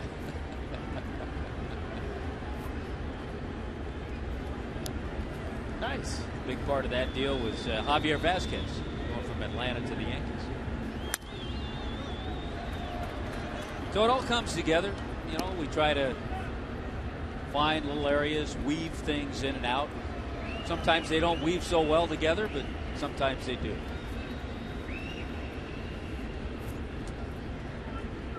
It smells of desperation in a 10-3 game at the top of the 8th inning. That one is smoked over the head of Dobbs. Madison into the corner. 2 more will score. And the Gigantes are playing like it. 12-3. Somebody cool Melky Cabrera off. Most runs the Marlins had allowed coming into this game was 9 on the season. And so far, the Giants have scored 12 tonight. Yeah, Melky's only hit an 8 straight, and it's only 3 for 5 with 3 runs scored and a pair of doubles and 4 driven in. And remember, he came into the game with a 7-game hitting streak, hitting .483, 64 hits, tied him for the Major League lead with Derek Jeter. And you just mentioned he has 3 tonight, so 67 hits on the year. Posey, a big swing and a miss.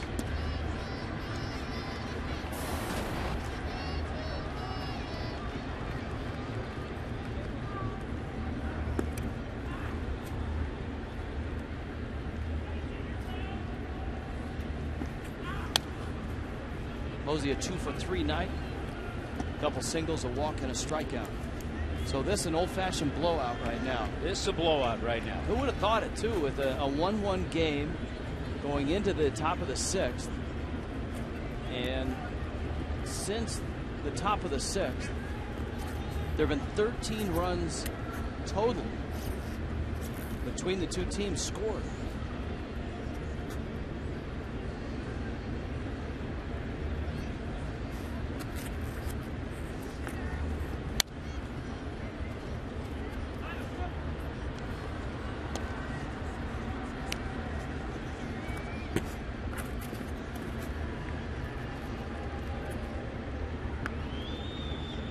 Javier Lopez. This is by far, by the way, the most runs the Giants have scored in a game this year. See, this is a great illustration of what we were talking about when you're talking about run support. Vogelsong's run support's been awful this year. We documented it, 4th lowest in the big leagues. And this is going to make that run support skyrocket. I have a with question. 12 runs. I have a question. I think that's the case, but when they figure run support, is that when he's in the game, or is that just total score? Doesn't matter. That's a strikeout. Mike Winters. Posey doesn't like that, and he lets Wally Bell know it. Wally's happy to make the call. Don't look at me. Look at Mike Winters at first base. Well, part of that is he didn't go. No, he didn't go. He didn't come close. But it looked a little disjointed because he went down to one knee. But no, he didn't go. We believe you, Buster.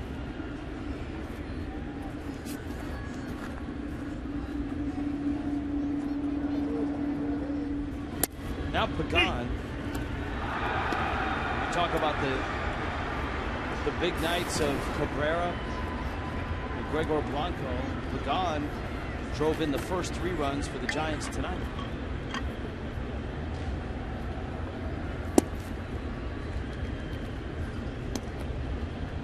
By the way, Jonathan Sanchez, just to bring it all the way full circle, 6 starts, 1-2 with a 6.75 ERA.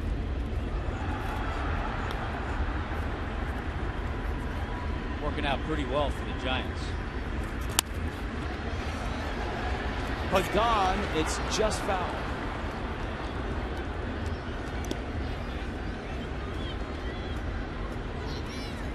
The Giants sent 8 men to the plate in the 6th inning. 7 men batted in the 7th. And Pagan's the 9th man to bat here in the 8th.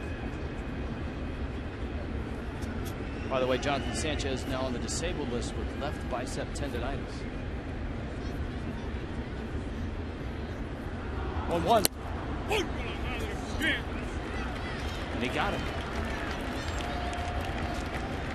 Apparently the 1-2. Giants pour it on. Melky Cabrera drives in 2 more with a double. It's 12-3. 10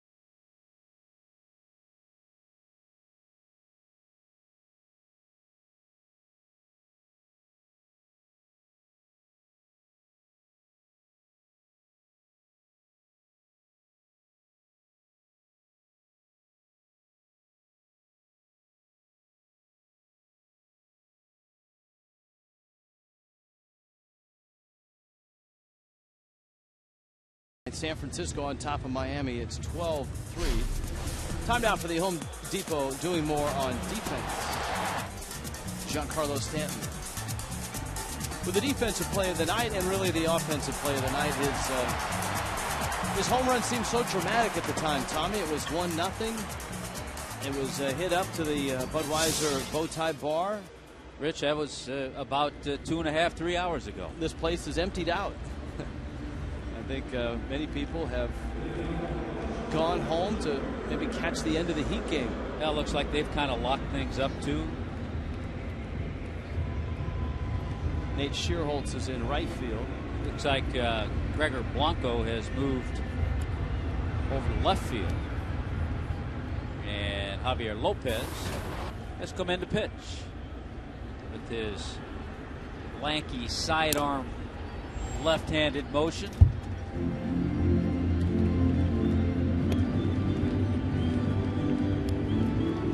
We told you the Giants bullpen had been outstanding as of late. Lopez, one of those guys. His ERA under a run. It's the 4th lowest among National League relievers.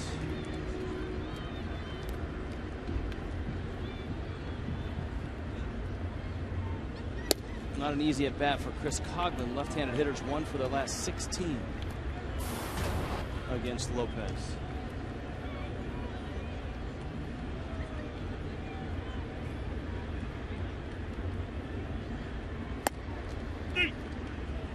Yeah, he's, I'm sure, made a few lefties buckle. That front side with the way he delivers.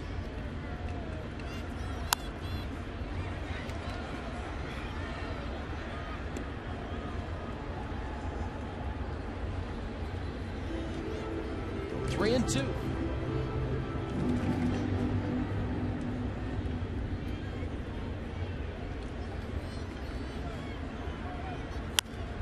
Speaking of lefty hitters, do you remember it was a couple of years ago, I think, when Nick Johnson was a Marlin for 30, 40, 50 games? Yes. Nick Johnson has surfaced after spending some injured time, spending time in the minor leagues last year. Hit 2 home runs for the Orioles yesterday. Well, he's a guy that when he plays has very nice numbers and always has had a sky high on base percentage. A very patient hitter, one of the most patient hitters in the game. And just staying healthy and staying on the field has been hard for him. Had a lot of wrist injuries, had some back issues.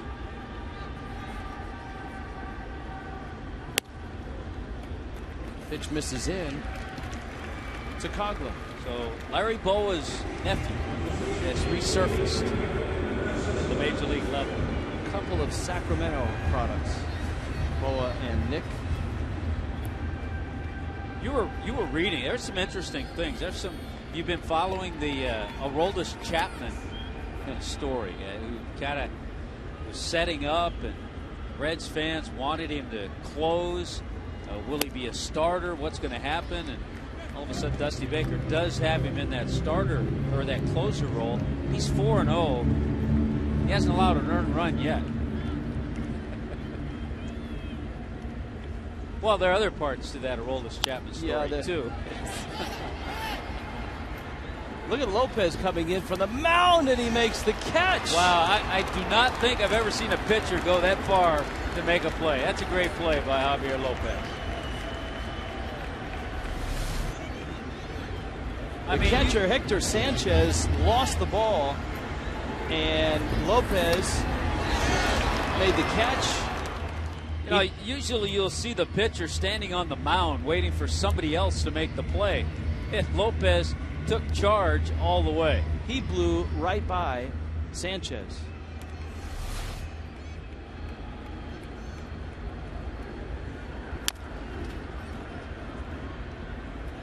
Reyes is up there and he fouls one up. Now that should, I don't know if it will, that should make a lot of highlight shows. I mean, there wasn't a dive, there wasn't a great throw, but when you think about the distance he had to go to make that catch. Just for its uniqueness. Yeah. You just don't see it. So it gets points for uniqueness. Absolutely. Yeah. Originality. If this were fielding with the Stars, he would get high marks. High marks. Watch this. I mean, he's running 90 to 100 feet. He's going over the batter's circle with the pine tar, the weight, a couple of bats down there. I mean, the more I see that, I'm moving it up even higher. Play of the night. That's what you have to deal with in the on-deck circle.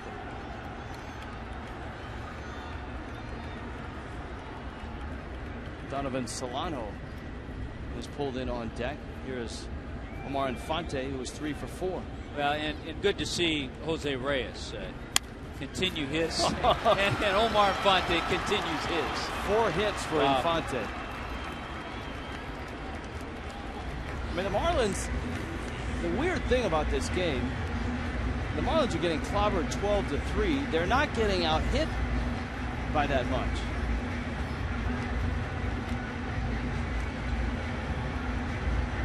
The Marlins are being out hit in this one.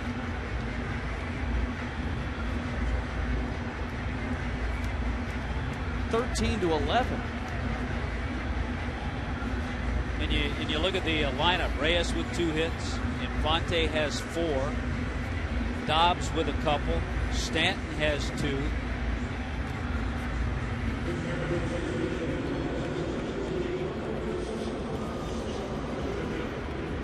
Well, the Giants have scored 7 runs against 2 Marlin relievers.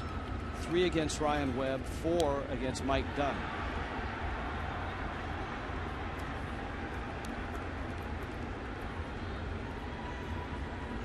Here is Solano at his first big league hit the other night. For Omar Infante, Rich, that's his second 4-hit game this year.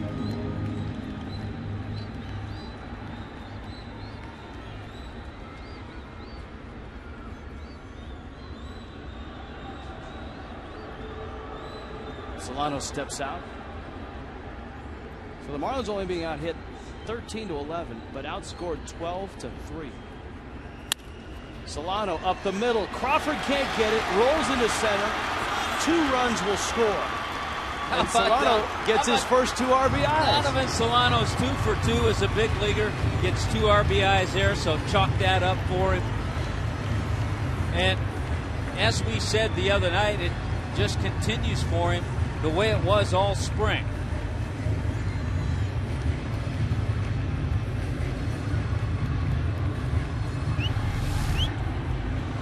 Sharply hit up the middle, just out of the reach of Crawford. It'll be a base hit all the way and 2 RBIs.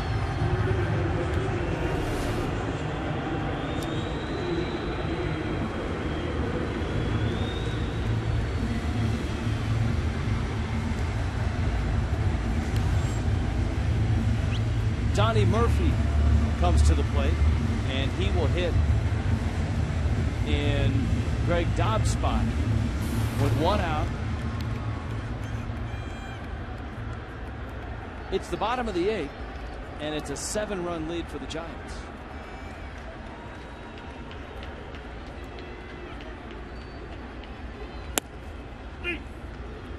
So all told, 17 runs, 25 hits by the 2 teams combined.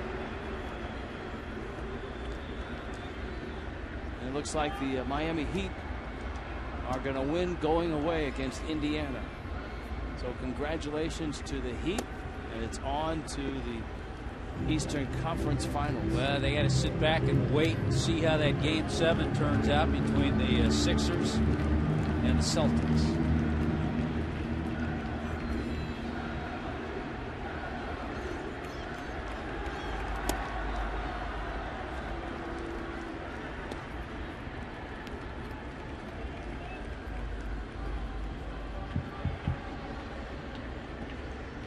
Murphy with the count 2-1. Giants actually have some activity in their bullpen. And that's obviously not what Bruce Bochy had in mind. Murphy hits a high pop Crawford makes the catch. Stanton comes up.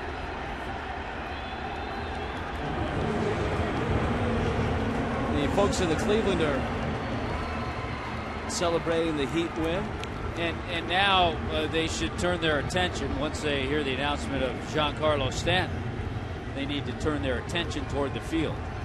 You never know. Just for their own safety. Yeah. Stanton's 2 for 4. The long home run in his first at bat. Lopez slings one up there and misses. It's 1-0. One thing Giancarlo has done really well this year, he's hit lefties at a 350 clip. 3 of his home runs, 3 of his 10 home runs now against lefties. Remember, as the Marlins struggled out of the gate and went 8-14, they were awful. I believe they were 2-7 at one point, 2-6 against left-handed starters. That trend has reversed itself. Stanton drives that ball to left center field. That ball's deep, and it's off the wall on a hop. 2 runs will score. Infante and Solano come across, and the Marlins get a little bit closer. Stanton drives in 2 with a double. Now, and for Giancarlo, that's his 3rd hit of the night. A single, a double, a home run, another rocket, high fastball. Look how he stayed on top of this ball. That's a great swing. And that's the added frustration for the Marlins tonight is not only their failure to execute defensively with Sanchez on the mound, but the inability of the bullpen to keep it at just the 5 runs that Sanchez gave up. Ryan Webb gave up 3. Mike Dunn gave up 4. Bottom line, it's not a very good night for relievers on either side. No, because Lopez now has given up 4.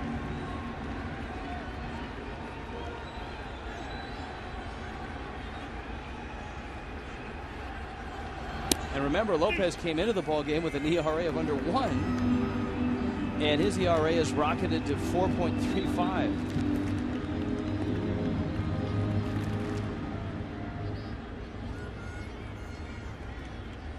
Stanton adds to what has already been a big year against the Giants. This just game number 4 this year. Already with 3 homers.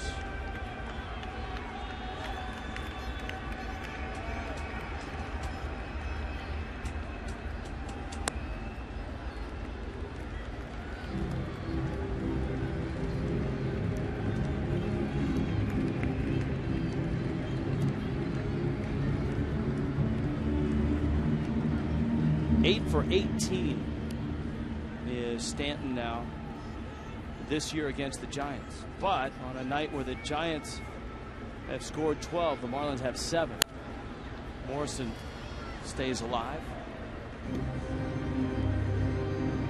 The Phillies and the Cardinals are now in the bottom of the 7th. 9-7 Philly on top of St. Louis.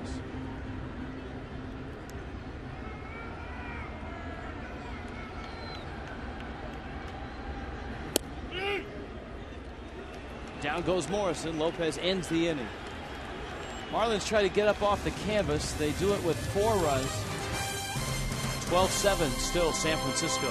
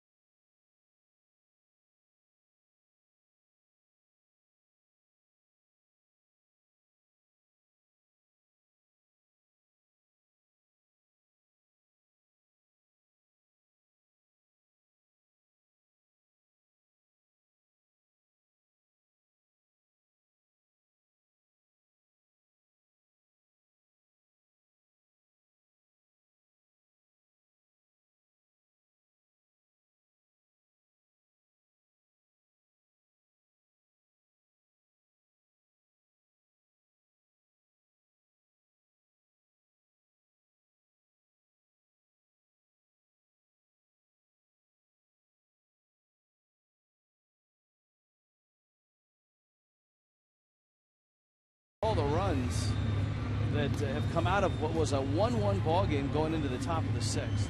You can vote for your favorite Marlin for the All-Star game. Go to Marlins.com. You can vote the maximum 25 times. 100 fans will be randomly selected to each win 2 free Marlin tickets. 1 grand prize winner will receive a 22-person luxury suite. Go to Marlins.com and vote now. Donovan Solano stays in the ball game at short. Donnie Murphy is at third. And Rich, the new pitcher, Steve Cishek. Now what you want to try to do, if you're Cishek, you want to try to do what the bullpen hasn't been able to do. Have himself a nice inning. Nate Scherholz will be the first batter that he faces. Heat score being announced in the ballpark. The folks in the Cleveland are so, that's so yesterday to them. I mean, look at them. They already had their celebration like 10 minutes ago. Now they're back. They were ready for Stanton's at bat. Now they're back watching the ball game. They've seen the end of the Heat game. As Scherholz is up there with a count 1-0 to Cishek. That was a smash up the middle. Gets by Solano into center field. Scherholz with another base hit. The fans in the Clevelander, we've seen this throughout. It's a party before the game. It's a party during the game. And then once the game is over, it's like the party starts all over again. Just like a continuation. I mean, they leave the music on. The dancing girls are still out there until the wee hours. And there are many who were not at the Clevelander during the game show up there after the game. Another base hit, center field. Joaquin Arias. So the hits just keep on coming, Tommy Hutton. Yeah, they do. It's like I said, not a very good night for relievers. Both bullpens have had a whole lot of trouble. Do you think Raul has finished the drink that Billy brought him from the Clevelander? I think he's probably finished 3 of them. The daiquiri? and if not, he should have.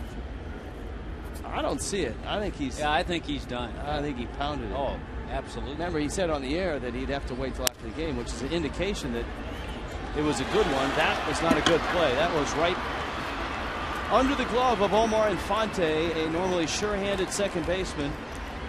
And that gaffe just feeds into what has been a miserable night for the Marlins.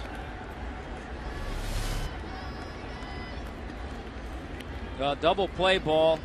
If Infante picks it, it scooted on him, stayed down, and everybody's safe, and the Giants get another run.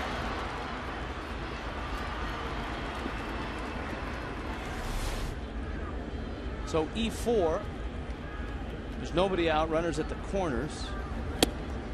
And here's Pill for his second at bat. I'm just laughing because I'm thinking about so much for our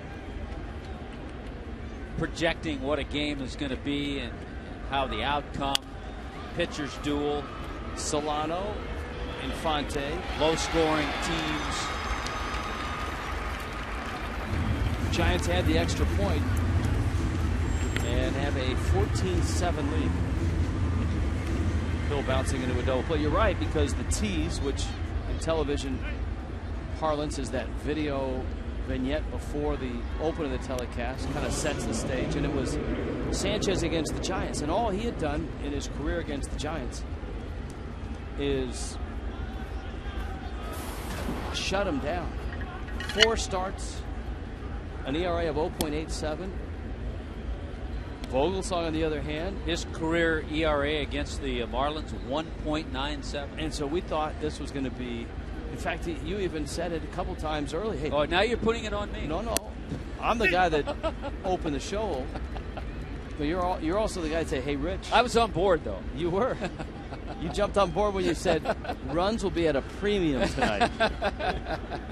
You might want to think about playing the infield in here. I forgot I said that. That was like the third inning. And And that's how it goes. they were at a premium until the sixth, and then all of a sudden, the market dropped right through the floor, and runs became dirt cheap. Wally Bell says that's enough out of you, Gregor Blanco. 14-7 Gigantes.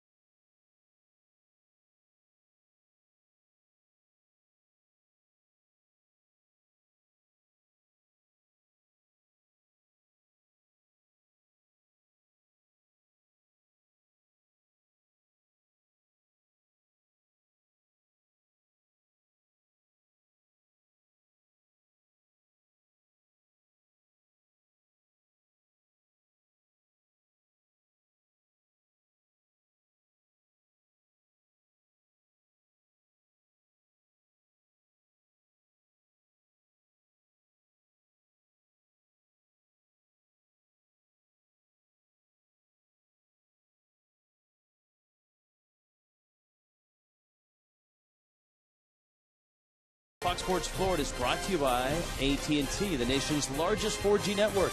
AT&T, rethink possible. And by Checkers, feast on.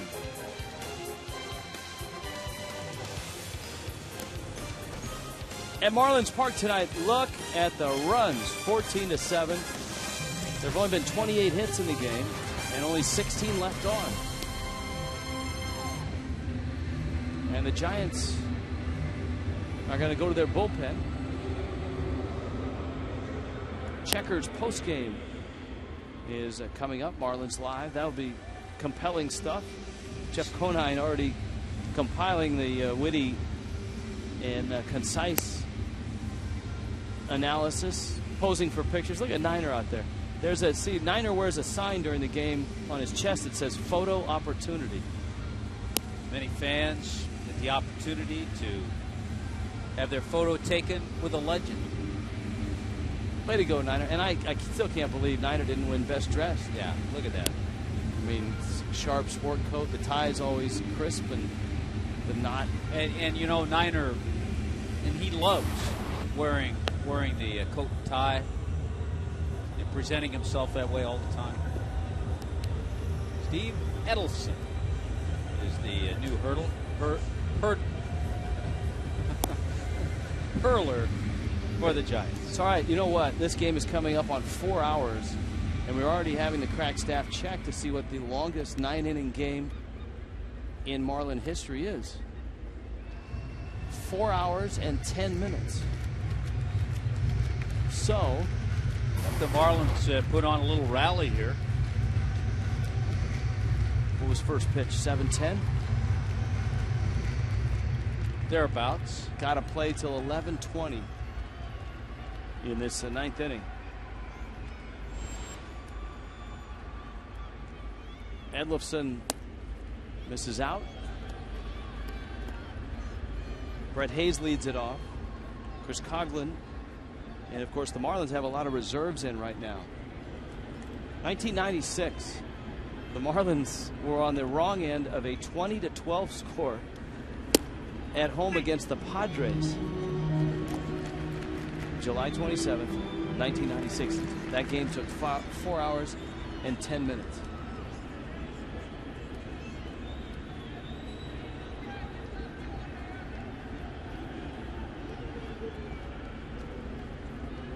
So I can say that was the year before I arrived. That's what. So this is probably the longest 9-inning game that I've seen.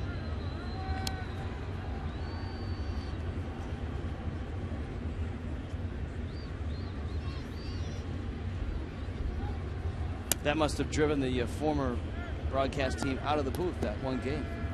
Tough night for, at the time, Jay Randolph, Gary Carter. Well, there's this. It is late night with the Fish. But I'm sure Joe Angel and Dave O'Brien handle things professionally on the air. Without a doubt. It wasn't in the win column that night. No. What did Joe say when they lost? In the loss column, but not with the same gusto. Yeah, gusto and exuberance. Actually, at times, kind of a sad tone. Somber Joe Angel at that point, huh?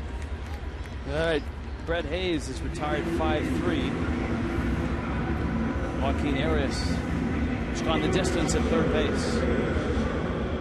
Here comes Chris Coghlan. All right, how about our Warren Henry drive of the game? If you were watching the Heat and you missed this was another long one from Giancarlo Stanton. And it hit the bar, the actual Budweiser bow tie bar, which is kind of lonely now. With one out here in the 14-7 San Francisco lead. Coghlan looking for his first hit.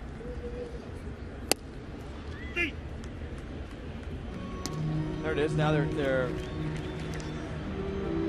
cleaning up, packing up. Last call was 7 runs ago.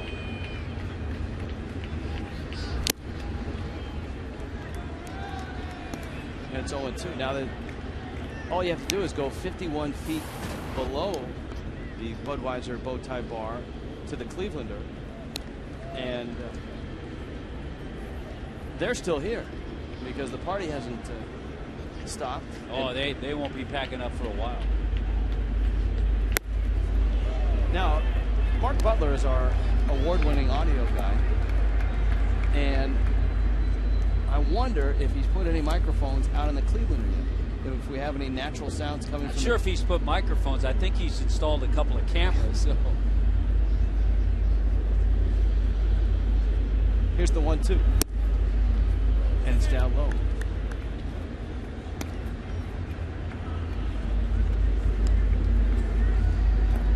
Isn't there a more professional title than audio guy?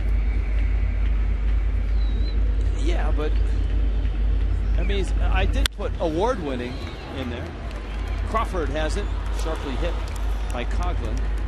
And it doesn't look like the Marlins are going to get the record here. They're 18 minutes shy of it.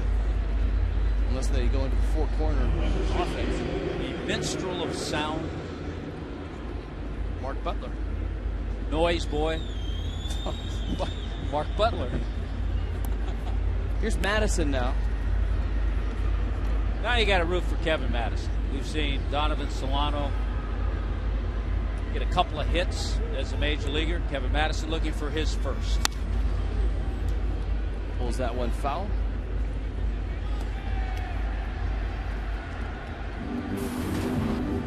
With Austin Kearns on the disabled list, the Marlins are going to lean on a bench that doesn't have a lot of firepower with Madison, Solano. Or a lot of experience. To see Solano swing the bat well early is encouraging. That's how injuries really change things. And again, they do so for every team. Changes everybody's function.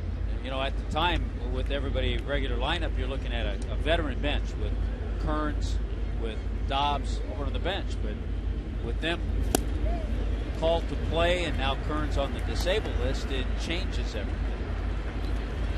Yeah, Dobbs has found himself in the lineup, albeit at 4 different positions.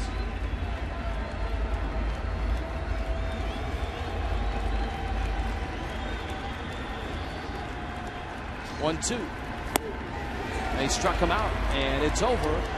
San Francisco takes game 1 of this 4-game series, and they do it in enormous fashion here by scoring 14 runs here in Marlins Park and beating the Fish by a score of 14-7. That is your final score. And it took almost 4 hours to play. 3 hours, 54 minutes. And the fastest edition of Marlins Live is coming up.